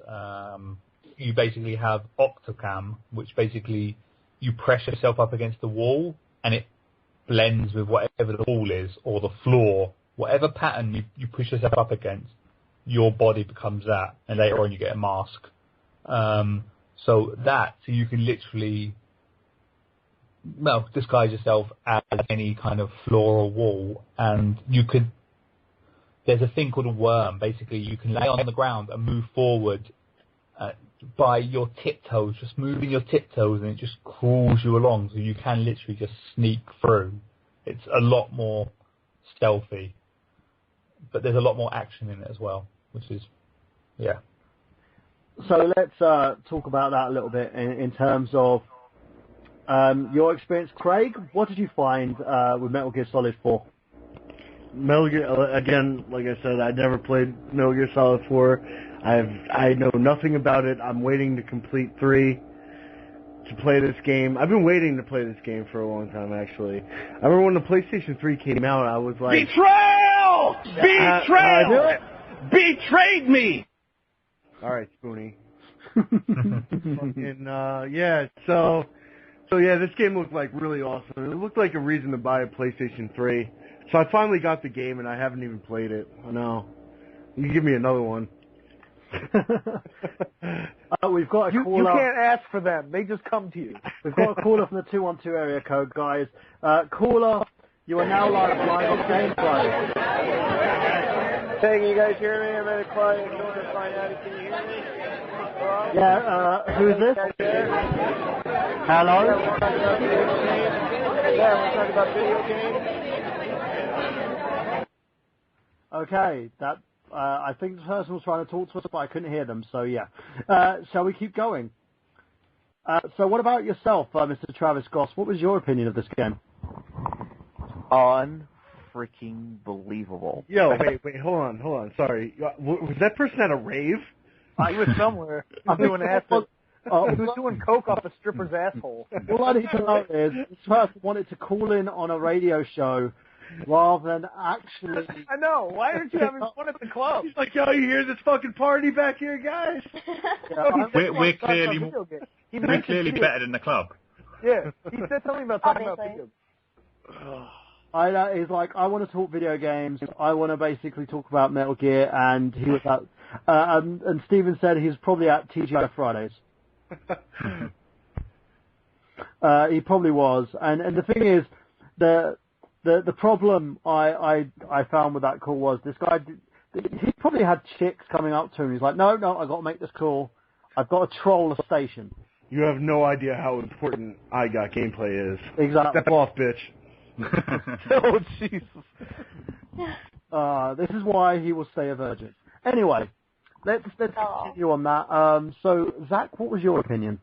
Well, like someone had mentioned, like the it's like the tactfulness the tacticalness got like taken to this extreme where it was almost like funny that, you know, like you said, like moving along, just like moving your tiptoes.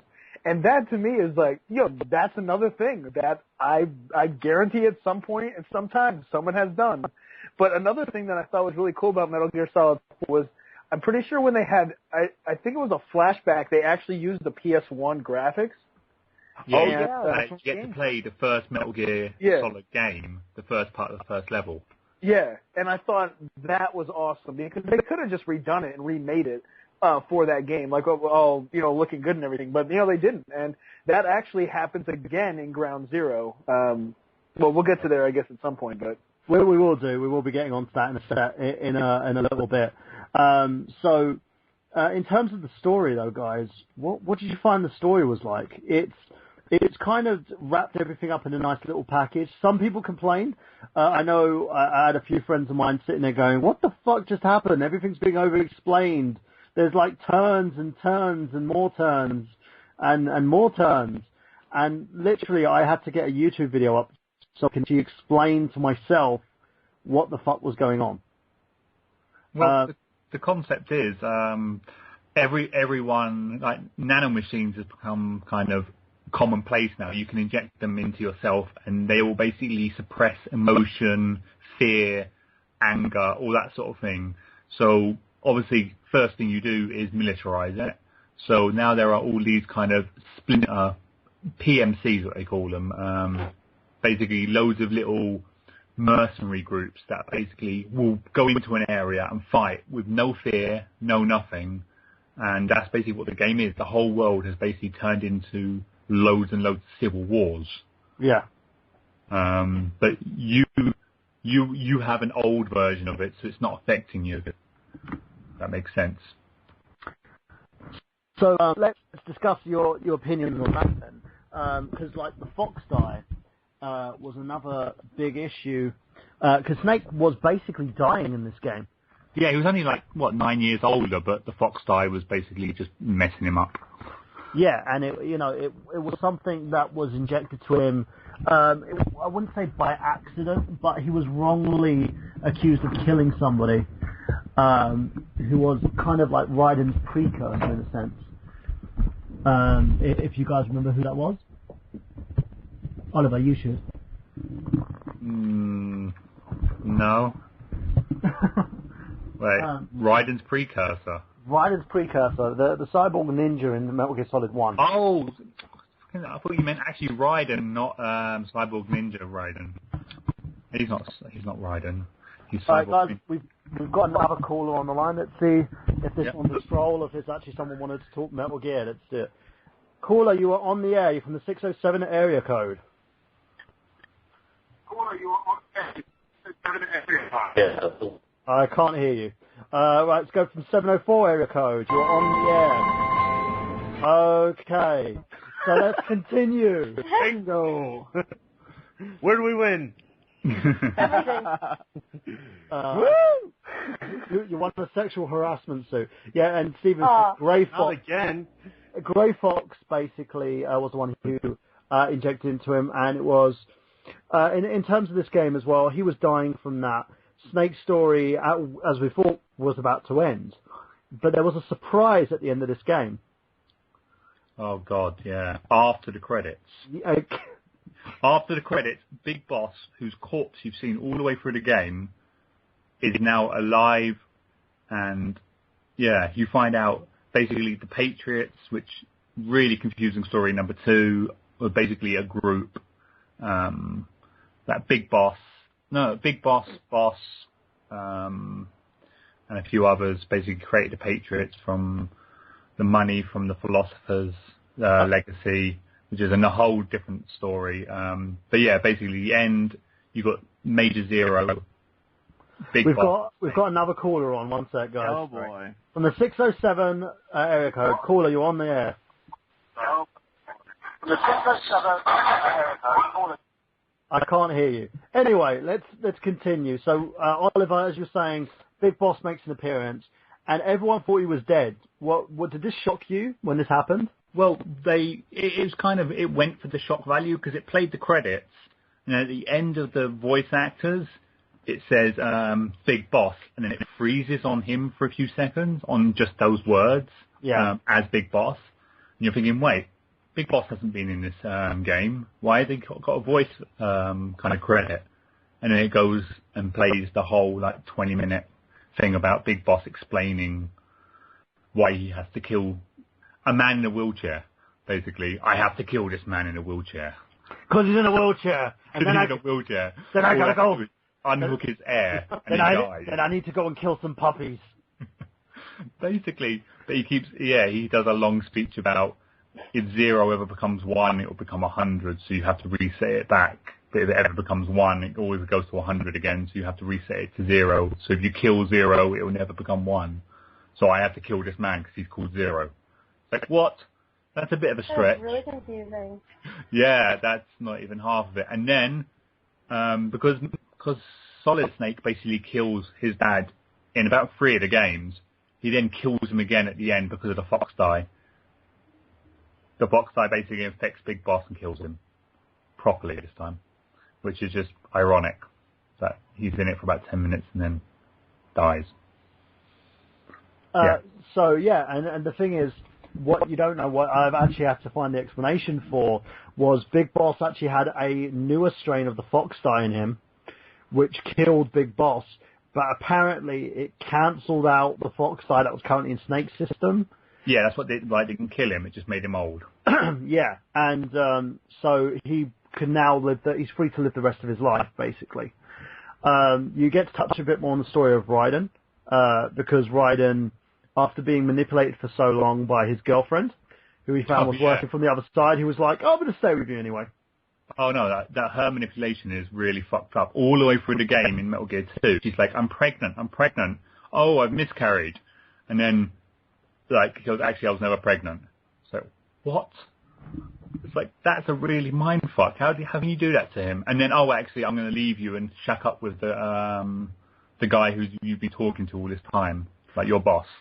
Guys, we've got another caller on the line. Let's just find out who this one is. Same area code. No, it's 205, and I'm going to release the rest of the number of this person as a troll. You are? And it's a dog. There you go. I don't think dogs can talk gaming. So let's keep on going there, guys, as we talk. Now, again, yeah, he's being manipulated. She's a complete and utter bitch, but he decides to stay with her anyway. It's like watching a soap.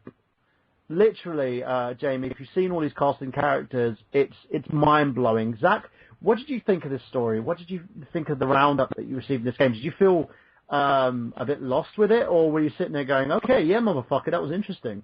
Yeah, well, it's definitely interesting, but I mean, I felt lost in quite a bit of these games, not only from story, but also from gameplay.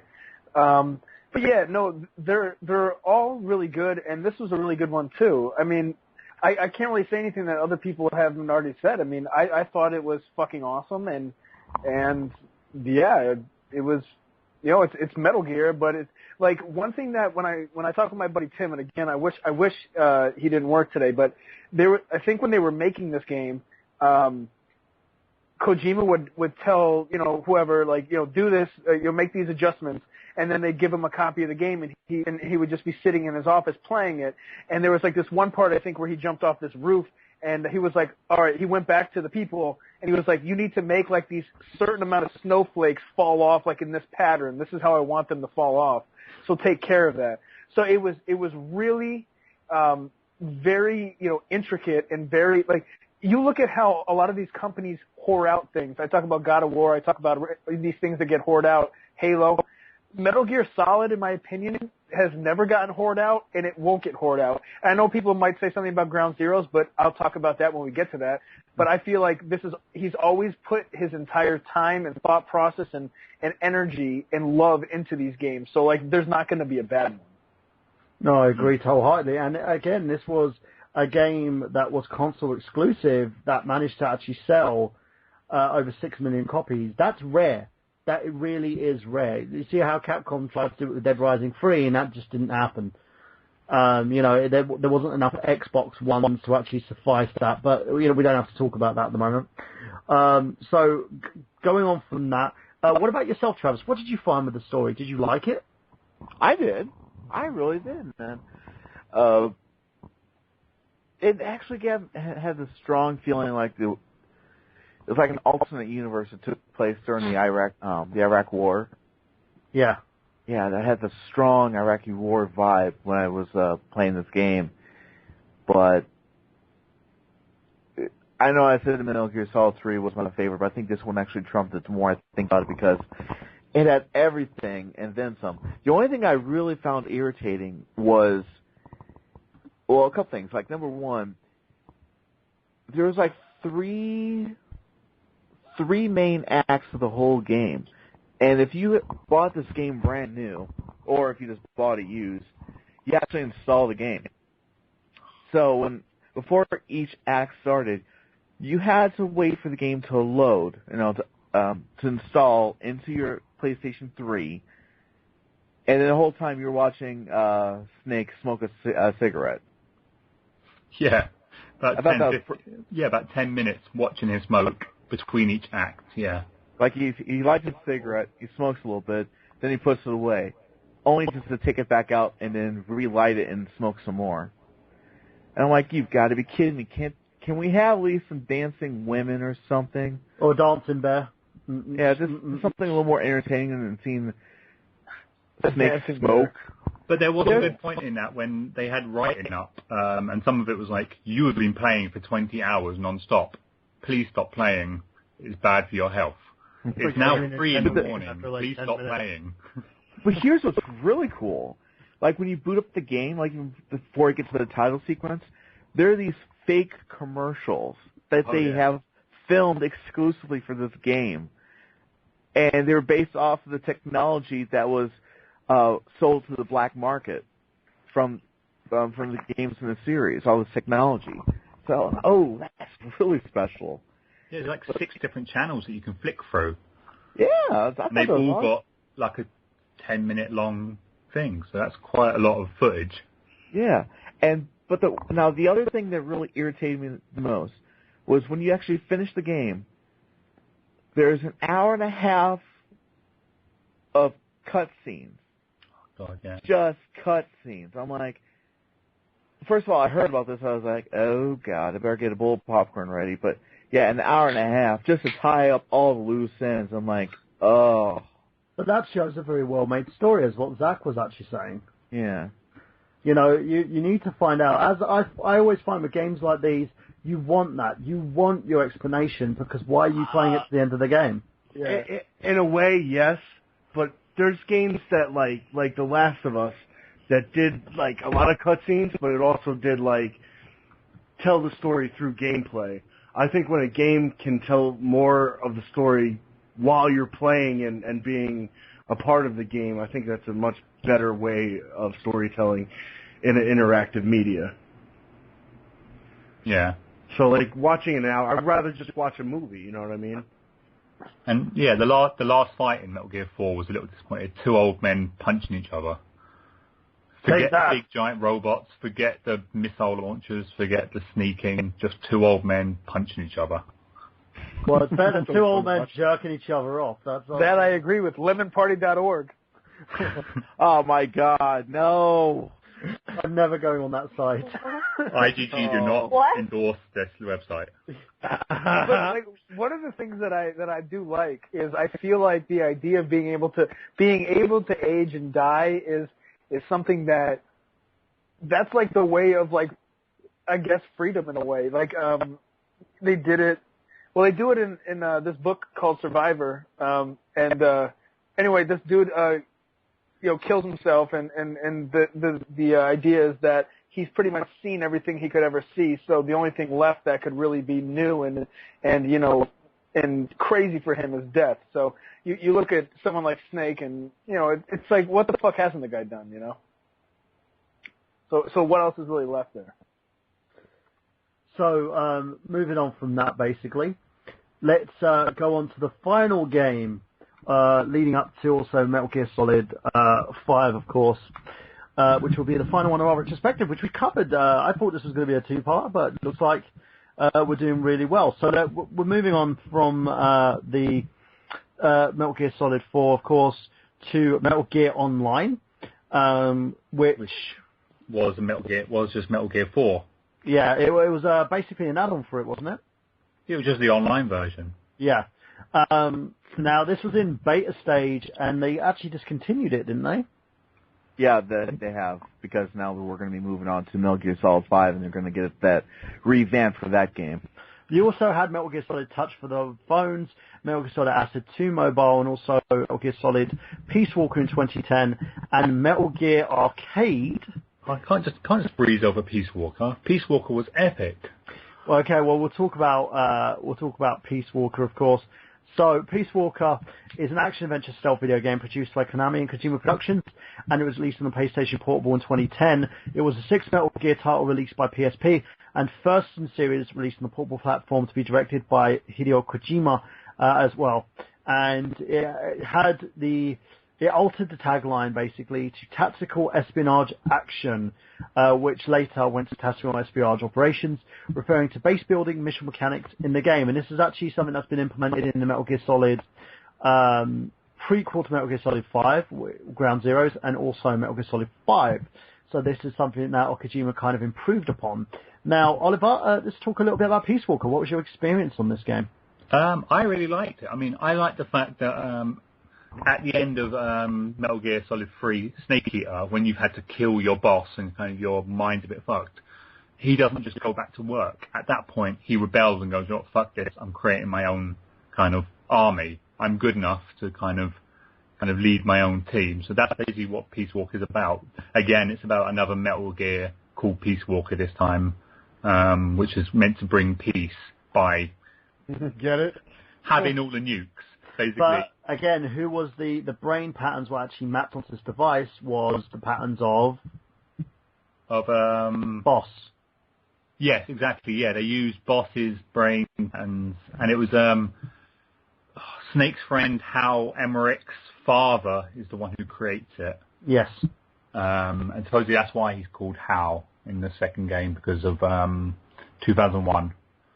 It built more on the backstory, basically, ladies and gents, of Big Boss, because it talks a little bit more about why Big Boss was doing what he was doing. Yeah, that he just was like, fuck the government, fuck everyone, we're making our own kind of thing. And then he gets his own oil platform and goes, "Alright, this is our state, this is our country." Yeah. And he builds up an entire army, like a mercenary army from there. And he doesn't do it because he has the finances to do so. He did it because he was actually sought after something, which was an integral fund. What was it called, Ollie? It was basically like billions upon billions or I think trillions of dollars that he managed to secure, which he was supposed to secure for the United States government. Oh, the Phosphorus Legacy. That's it, the Phosphorus Legacy. Snake managed to secure that himself, and then build up his army, his own operation, because he was disenfranchised with who he was able to trust. Well, him and Zero kind of were the founding members of the Patriots, and they disagreed on what Boss's kind of ideals would be. So that's kind of, they split apart there, and then he was like, "You know what, I'm creating my own thing. I'm going to follow Boss's ideals the way I think it is." Ladies and gents, we've got 3 more minutes of the live session. We're going to be going into Archive. As soon as we head into Archive, of course, we're going to basically be covering a few more of the games. Of course, we're continuing with Portable Ops, with Peace Walker on the PlayStation Portable, and then we'll be moving on to Ground Zeroes. So make sure, if you want to check it out, you can check out the rest of it basically via our Archive section once the show's in completion. So have a look at that, guys, and thank you basically for listening to the show, and thank you for all the trolls for giving us a ring today. You really need to get your games up though, guys. So as we continue, Ollie, so you were saying, how did you find the story in this? It was just him kind of building up his army. It wasn't really much of a story. It was just kind of just him being disenfranchised and his kind of life afterwards, and him continuing to be a soldier, because the whole point in number 3 is he a soldier or is he kind of a person? What is he? So this is kind of him continuing to be a soldier because that's all he can do. That's all he knows. That's what he is. But yeah, I should stop talking and let other people talk. Okay. I realise I've been talking for ages. What about you, Zach? Have you played this? Everyone else is gone. Zach, you there? Zach's disappeared for a second. He should be right back. What about yourself, Craig? Peace Walker? Yeah. Nope, never played it. I'm sorry. Betrayal. I would.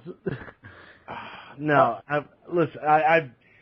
I kind of stepped away from the Metal Gear games because I kind of lost track of them, and it got a little confusing to me. Because I gotta play, you know what I mean? I gotta finish, 3, 4, to go on and actually know what's going on. So I deliberately didn't play Peace Walker. What about you, Travis? I thought it was pretty good. I mean, this, of course, as you mentioned, it took place after the events of Metal Gear Solid 3.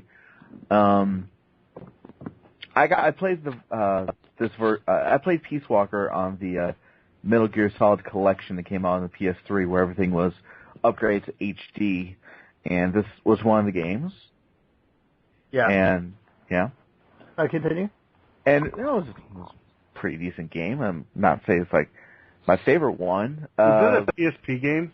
It was a PSP game, and it was later ported to the PS3, part of that collection, like I mentioned earlier. Yeah, the HD part of the HD collection, correct. And it, it was, I still want to actually get that because it's a HD collection done right, in my opinion. Which means I have your copy. Well, it's done semi-right. Some of the you still have to download some of the games. They don't all come on the disc. Well, the VR missions and the original and Metal Gear Solid for PlayStation you have to download. Other than that, it's everything almost else. done correctly. Yeah, and the MSX games are part of what. Yeah, they're part of the HD collection, like I was saying earlier. Yeah. Yeah, you just go into Metal Gear 3. Yeah. And then, I think it should have just been right there. Like, they should have just taken that. Should have been able to access it in the game, but you should have been able to just play them right off of. Yeah, right. Put it on the main menu. Yeah, come on now. What about yourself, Zach? What was your opinion of Peace Walker? I haven't played Peace Walker, but I know that's that's one where he meets those two people from Ground Zeroes or whatever, the dude and the chick that you have to go and fucking get. I haven't played it. I don't remember what Timmy was saying about it, but one thing I thought that was cool is it actually got its own branded PSP. It came with like an actual PSP. But the bullshit thing was it didn't come with a case. It was like in a piece of cardboard. So it's like, really? Really? Yeah, I haven't played that game. Okay, so Jamie, what do you think so far? Are you convinced to sort of sell into this franchise, to buy in? You guys have actually lost me. I mean, if you don't play a Metal Gear game after tonight, just give up on gaming in general. Come on. Fired. No, you have to at least play one. Well, okay. Now, I do have to say I watch gameplays online. I do play games, but I also watch gameplays online because I have a comprehension issue, the learning disability. So I actually have to either watch someone play it first and then play it myself to actually get the whole full story and understand it.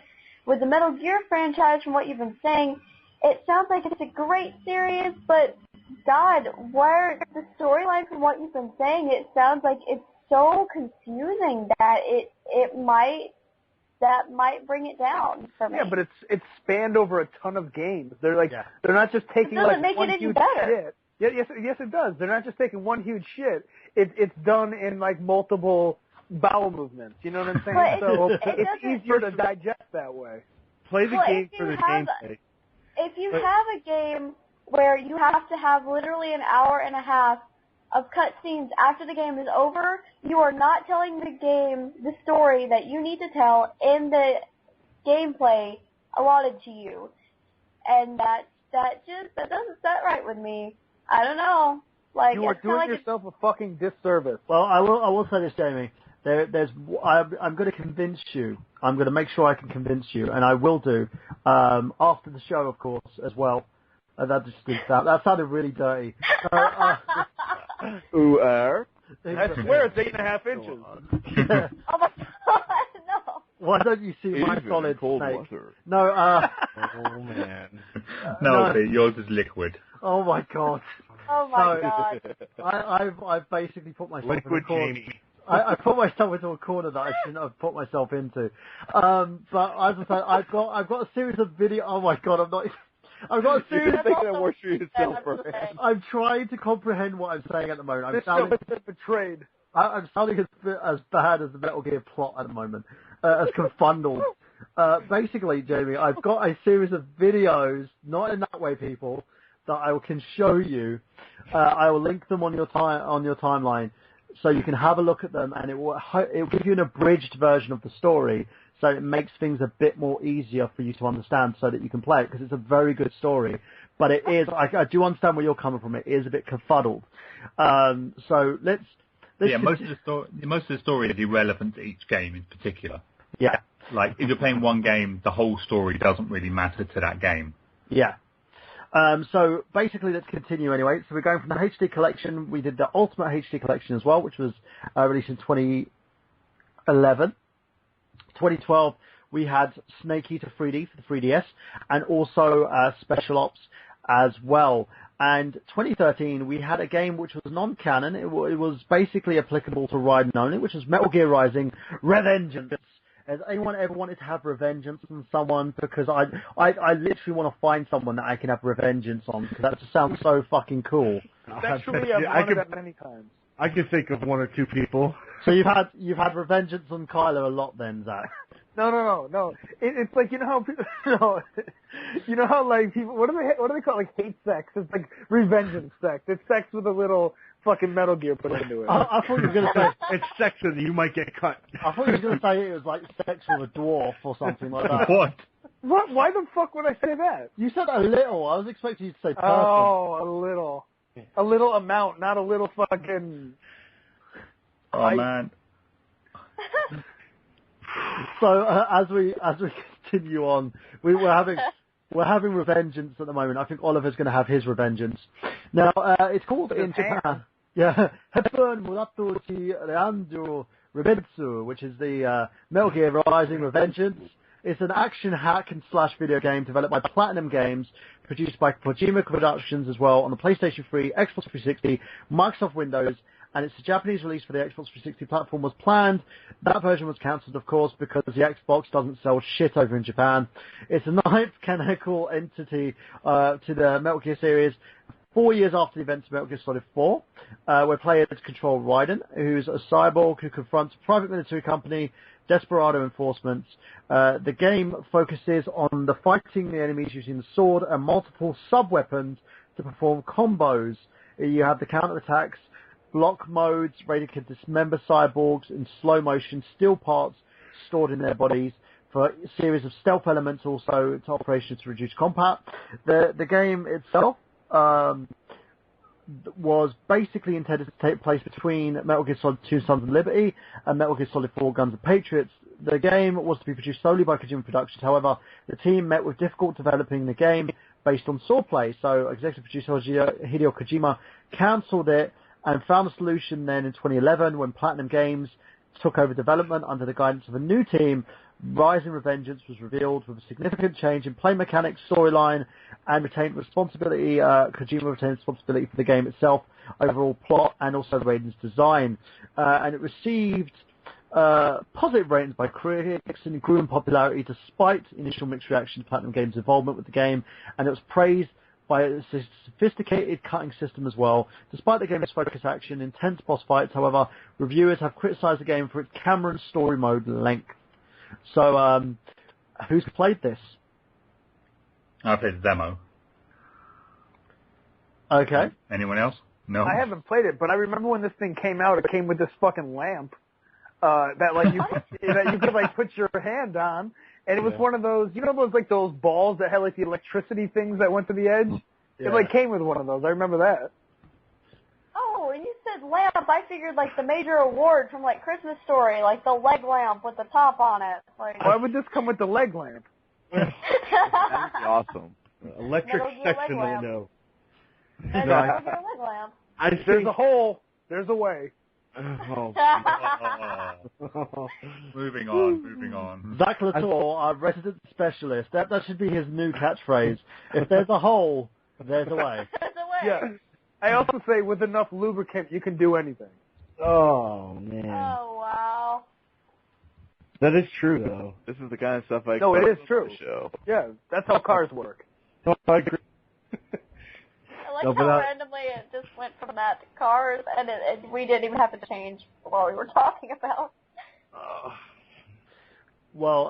So let's focus on basically the story of this game. This game was more fast-paced. It changed in terms of its focus, focusing more on a fast-paced hack-and-slash action and sort of reversed camera angles instead of the stealthy mode that Metal Gear had.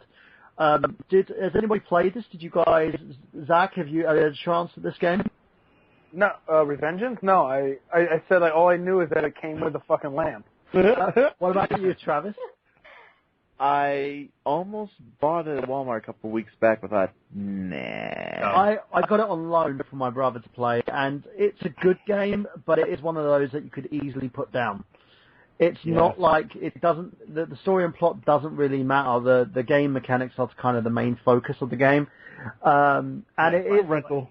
Like Devil May Cry. Yeah, Just pretty much. You know what I really liked about the game is it had a cool like mechanic where like you sword fight, and it would be the one game that would be awesome on a Kinect. Oh God. They brought out No. PlayStation Hear 1. me out here. No. Hear me out here. PlayStation 1 when it first came out. Yes, it was, and yeah. Or as B calls it, the Wii remote with a testicle. With a testicle in the end. That's what it is. It's a Wii testicle. Jesus But Christ. yeah, no, Rising it's got a good feature with the kind of slowing the time down, so you can do like precise cuts. You can literally slice anything, like cars that happen to be laying around. You can slice them in half. That's then you awesome. have to physically stand still. Oh, so is it like a QuickTime events? No, you basically you hold L1 and it slows the game down. So if you jumped in the air, it will freeze you in midair. If you're standing there or running, it will freeze. And which way you move your controller is where you cut. Yeah, that's so great. you use the right stick. It's really cool mechanic. It really is. And like I said, it would be really cool with like motion controls. And I'm the guy who hates motion controls, so you know, I think that's the kind of game I've been looking for a motion control based game. But no, it is. It's compatible with the wand. Is it? Yes. When it originally came out, it was advertised with the wand. Oh, okay. You mean the ball thing? Yeah. Yeah. PlayStation Move. I've never heard it called a wand. Besides, like in Harry Potter, I've never heard anyone call it a wand. Hippity mappity boop. I've heard, the most crazy one I've heard is Burhan call it the thing with the testicle at the end. So. Oh my gosh! And it lights up in different colors too. It was literally like you chop someone's ball off, and just one of them though. Just one of them. Because you needed one for each of the ones. So you had two, it would be two testicles. And for me, it was just like, I don't know what's wrong with you, but I'm fairly sure medically most people's balls don't glow. Hey, Sony probably... okay, maybe I'm unique. Sony probably got radioactive testicles on these remotes. I lived near the Hudson River. When my buddy was a kid, some dude hit him in the balls with a baseball bat, and one of his balls went up into his body and disintegrated. No. Yeah. What? He has one ball. You see, you know what? Oh my God. If anybody like if you're like basically a gaming fan in general, there's if anyone says to you, "I've got a problem," talk to Zach's friend who would just say, "Well, I had a testicle just go up inside me and disintegrate. What's your problem?" What problem could you really have today? Yo, but girls don't care about that shit. I mean, if you whip out your dick and there's one ball, I don't think it's just going to leave the room.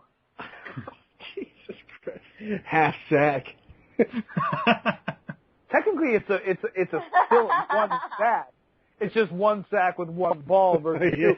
But a lot of times, like if you lose one ball, they have like this thing they'll just put in there so it looks like two. Yeah. Or does it grow larger? No, it doesn't grow larger, but it can like take on double duty. So it's like you can blow the same amount of stuff as with two with one. Oh shit! Look at that.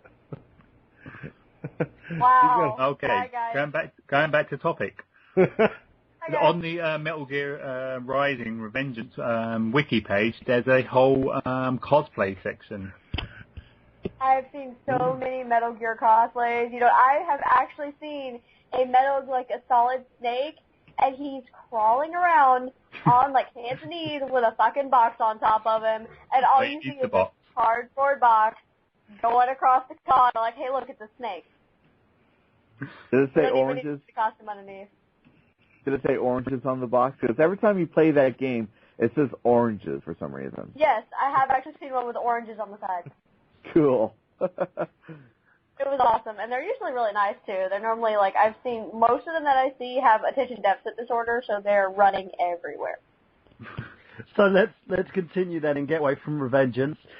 There was also a release called the Metal Gear Solid Legacy Collection. It was a compilation released exclusively for the PS3, of course. It included Metal Gear games directed and designed by Hideo Kojima, including the VR Mission standalone expansions, and all games released from 1987 through to 2012. Bonus content included a motion comic adaptation of the Metal Gear Solid graphic novels, the Chris Saprisky and Ashley Wood, and a 100-page booklet and catalogs and numerous promotional posters as well that are a part from Sony America on July 9th, 2013, and it was released in Japan on 2011 as well. And the European version was released in September 30th, 2013. So if you want to buy a Metal Gear Solid games, guys, I would say get this collection because it includes everything but the kitchen sink. Yeah, but isn't that Travis? Isn't that the one you have? No, I just have this HD collection. But on the side this one includes Metal Gear 2, Solid Snake, Metal Gear Solid VR Missions, Sons of Liberty, Snake Eater, Guns of Patriots, and Peace Walker. Yeah, but this is the one where you still have to download VR Missions, right? No, VR Missions is included. Yeah, but with a download code. Let me have a look here. Doesn't say. Probably, yeah.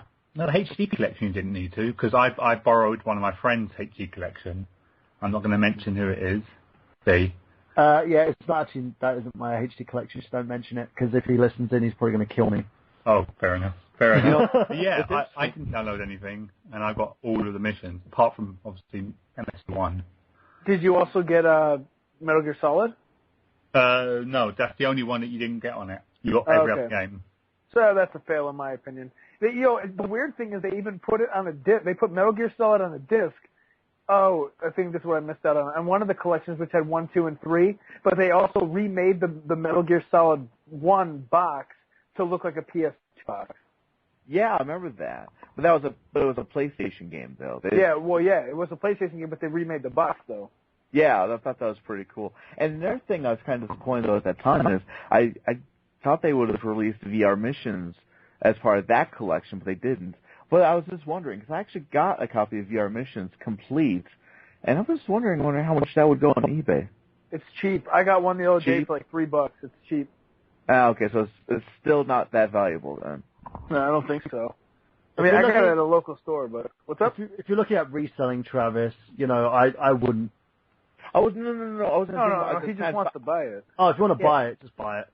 No. I've got it. I'm just figuring how valuable the game really is. That's all. Dude, it's on fucking Amazon right now for 88 cents. What do you mean, like, how valuable? No, like, yeah. Oh, my God. I was wondering. Is this an open question? I was just curious. Yeah, it's worth fucking balls. Okay. So we've got that, basically, guys. So continue on from there. We had the Legacy Collection, and then it was announced, basically, that we'd be getting a 5th installment of Metal Gear Solid. Originally, this Metal Gear Solid, The Phantom Pain, was going to be released as an Xbox One exclusive. Then was changed to be a timed exclusive.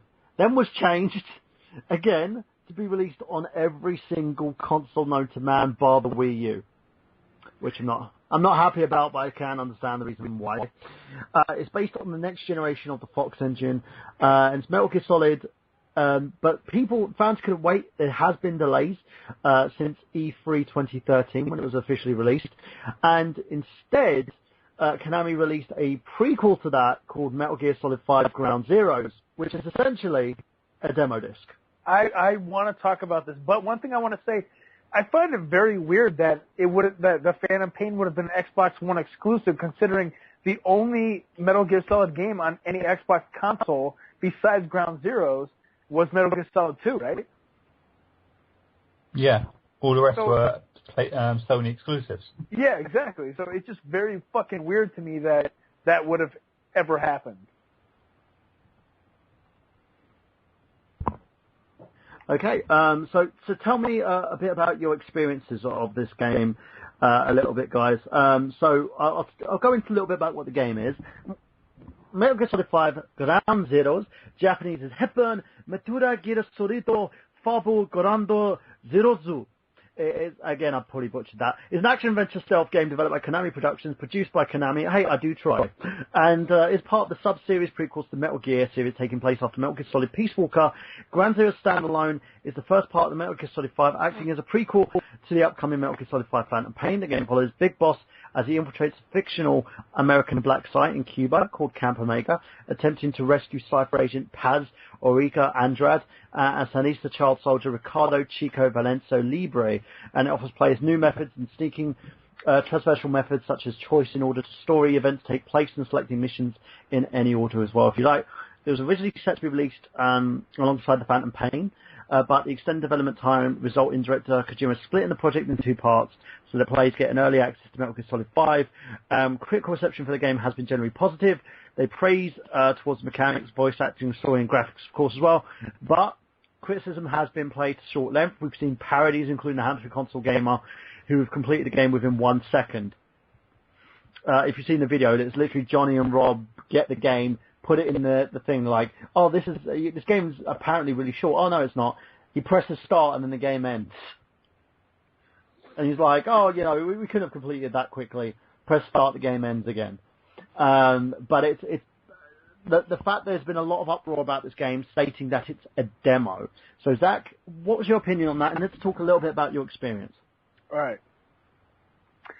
This game, you're right that it is short because I can't remember how many missions there are, but okay, so there's like one main mission where you have to go rescue those 2 people. Oh no, sorry. There's 2, I think, main missions. One is you have to go rescue those 2 people, or maybe it's all the same mission. And another one is you have to take out these. Like one guy, I think his name is the Eye, and one guy's name is the fucking Finger. So one dude is like the sniper, and one dude is like the I don't know, watcher. I don't know what the hell you call him, but so the point of now this is one thing I already like about this game and Metal Gear in general is that so I think when you have to rescue the 2, if either one of them get killed, I think you fucking like fail. I'm not sure, but when it comes to the Finger and the Eye, you can either kill the 2 of them, or you can actually go and grab them and take them off the island with you. And it'll actually give you an achievement if you do that because, it tells you to, I'm pretty sure it tells you to kill them. So, like my buddy, when he was playing it, my buddy Timmy, I was watching him play it, and he was shooting these people, and they're surrounded by fucking guards. And like the way he would shoot them and go grab them, it was like a fucking comedy. Like it was so funny that like it was even possible, And so he got the 2 of them off, and as soon as you like pick them up, your radio is like, just get rid of them. Why the hell are you bringing them back? And then if you bring them both back, you could throw them both on the helicopter and take off with them. They're like, all right, I guess we'll talk to them later because you can interrogate them and shit, but. It was just really funny that it's just the world is so open. People say Grand Theft Auto was open, but it's like, yeah, the world of Grand Theft Auto was much bigger. But this, you can actually make your own decisions. You can kill them. You can throw them off the cliff into the water if you want. You can do whatever you want. And when he just shot, he shot them with whatever the tranquilizer thing was. And then in the middle of all these people, when one would go behind like a stack of something, he would go grab him, throw it on his back, and just haul ass out of there. And it was really, really funny. One of the dudes was taking off. One of the guys, I think it was the Eye, he was in a truck getting driven by someone. And my buddy shot him in the head, and he fell out the side of the truck, and the other guy just kept driving. And it was just, I don't know, it was just funny. But the thing about Ground Zeroes is a small thing of a big picture. So I guess there was somebody on Reddit who was talking about this, and the more that I play Ground Zeroes is the more that I believe it. I believe that Ground Zeroes is going to be a propaganda film in the world of Metal Gear Solid 5. So, people need excuses of where Big Boss is, because at this point in the world, people, I'm pretty sure, are scared of Big Boss, and they need to know where he is or if he's dead. So they make this movie, and one of the things is Kiefer Sutherland plays Big Boss in this, and he never did before, and we'll find out who plays Big Boss's voice in Grand Theft Auto, in Metal Gear Solid 5: The Phantom Pain. But I'm pretty sure it's going to go back to whoever's been playing them before, because this I really feel is isolated. And one reason I say that is because there's a lot of bullshit that happens in this game. There's one mission where you have to, all you're doing is like shooting out of a helicopter so that you're trying to protect this car from blowing up. You have to save the person like in it. And at the end, the person you end up saving is Kojima. And he says like, what took you so long? And if you save him, the main screen, which is like, I think again, it's Snake smoking in the back of a helicopter. Kojima is actually the one flying it. And, these things that aren't canon, Metal Gear Solid is too far into being a series that takes itself seriously and is giving you a story to throw this bullshit non-canon stuff into it, you know? It's like honestly reading a Star Wars book that's non-canon. It's like, why does this even exist? So the fact that it has like these little things, I really feel like it is tying into this big picture of being a propaganda film of what actually happened to Big Boss to like give people closure, you know, to that he's gone. Because at the end, I don't know who here has played Ground Zeroes, but at the end, when the bomb blows up, you know, that's supposed to be the end of Big Boss, and we know it that it's not. Well, apparently Keith Sutherland is still playing Big Boss. I'll be convinced when I see him actually playing it in the Phantom Pain. This guy had a good point, and because my buddy was saying that, my buddy Timmy was saying that in the Phantom Pain, he was just saying, I don't know if this is true, but he was saying like there's a part where like you go by something, and there's a poster for the Phantom Pain, kind of making it seem like it's a movie that you could go see, and I feel like everything really points to that. I just feel like whoever came up with this originally is really, really pointing to it, that it makes a lot of sense. And the way that they're able to be Big Boss, there's someone, I can't remember who, in the Metal Gear universe who can change form to look like other people. And he's like an actor now, and he's in the film. But, you know, I actually had a lot of fun with this game. And yeah, was it short? Yes. And, you know, was it perfect? I mean, it was really good. There's one thing, so there's a hidden mission on Xbox 360, or what was this on, Xbox One versus PS4. So they both have like a hidden secret mission. And if you find all the Fox badges or the XOF badges throughout the game, there's 7 of them, I think, you unlock the hidden mission. And the cool thing is, on the PS4 version, the hidden mission makes Snake the PS1 Snake, or makes Big Boss look like, I guess it's Snake from like Metal Gear Solid 1. Yeah, and they're VR missions, aren't they? The kind of expanded versions. But the thing about the badges is I'm going to spoil something because I think it's fucking amazing. I don't give a shit. So in the very beginning of the game, the XOF fucking, and that's another thing. It's called XOF, which is Fox backwards, which is, I just think a lot of things actually point to this idea. But like he throws these 7 badges out the window or out the side of the helicopter, and as he throws them out, Big Boss. This is Big Boss. Yeah, he's like climbing up, like he's like rock climbing, and they all like go by him. But my buddy Tim was saying that he could only find like 6 of the 7 badges, or he could only find like one. I don't know how many there are. I think there's 7, but he could find one less of how many there were through the whole map. And it turns out the last badge actually fell in between you and your belt. And you have to like roll over and over and over and over, like for a specific point of time until the badge actually just falls out, and that way you can find it. Which I thought was pretty fucking creative, but still like a dick move at the same point. But if it turns out the way that I believe it's going to turn out, I think it's fucking awesome.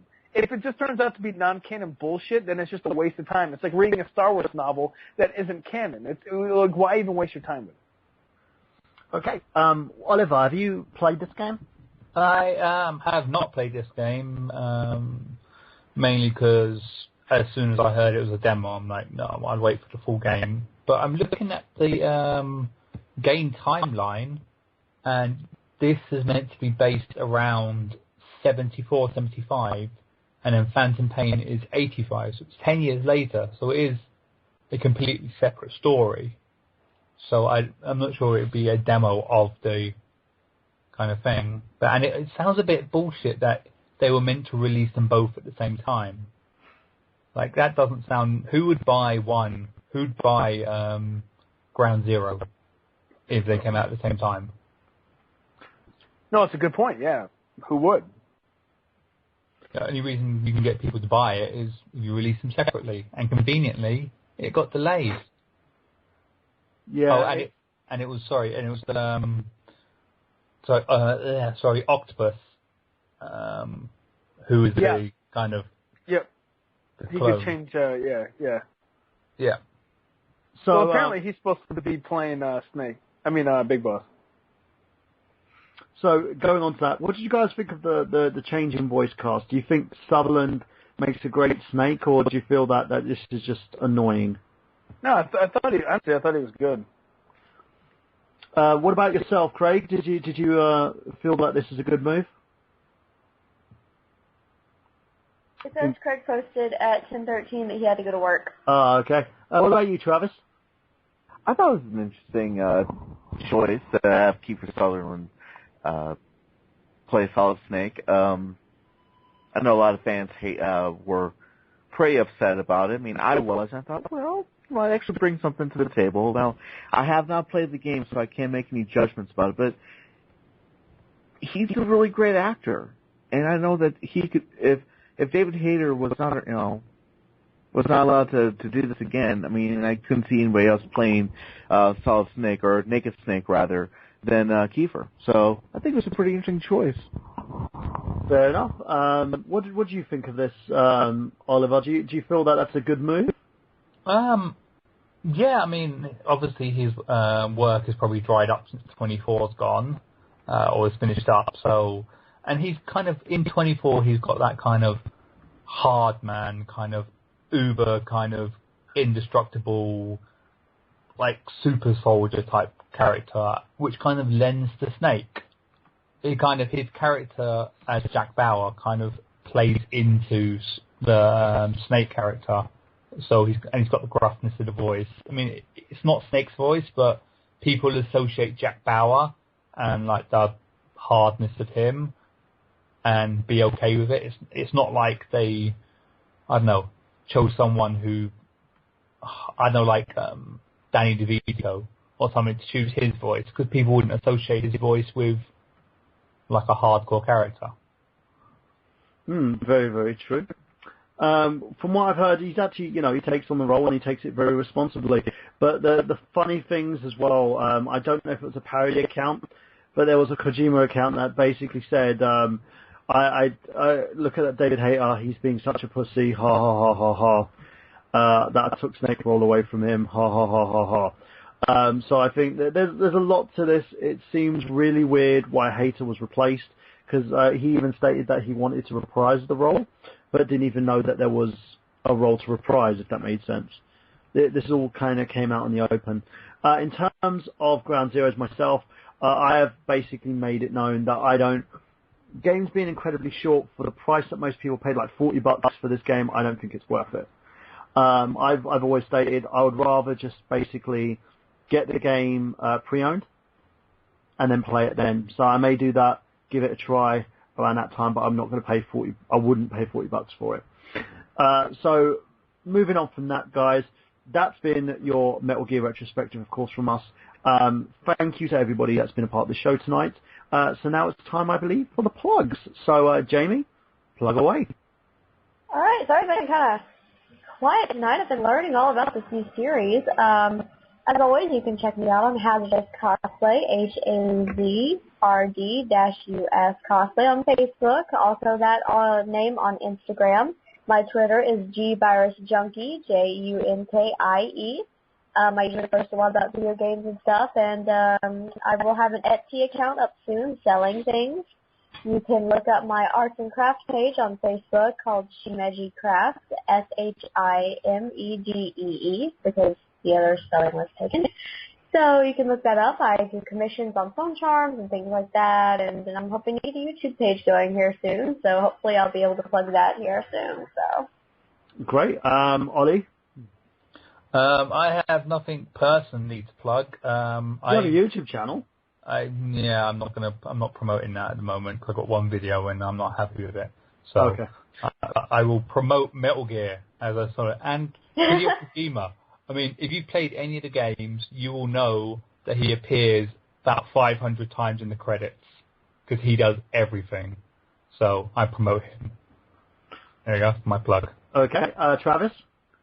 Yes, you can get a hold of, you can find me on YouTube with, got a couple of channels, got youtube.com/rosecolored reviews and youtube.com/rosecolored let's play.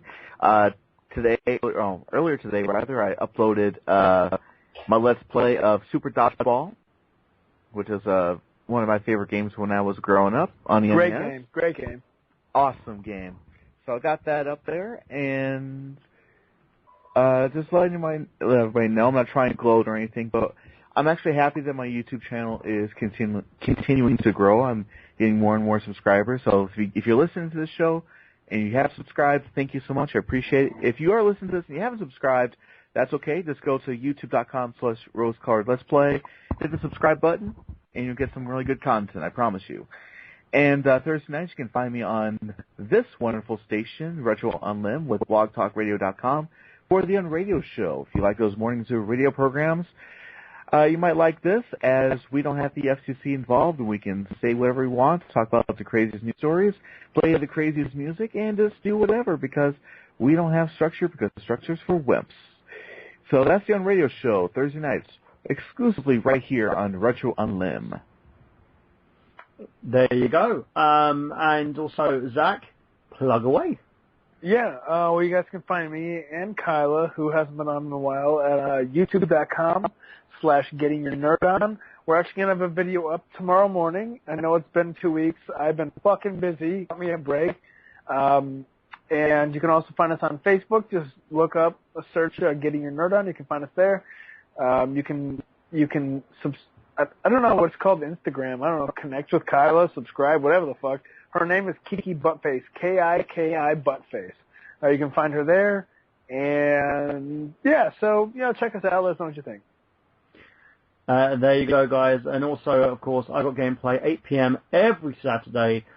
We've got a new special guest coming next Saturday. Random, a.k.a. Mega Ran, will be a special guest on the show. So we get to shoot some Q&A questions with Mega Ran, talk to him, basically find out a lot more about who he is. Also discuss chiptune music.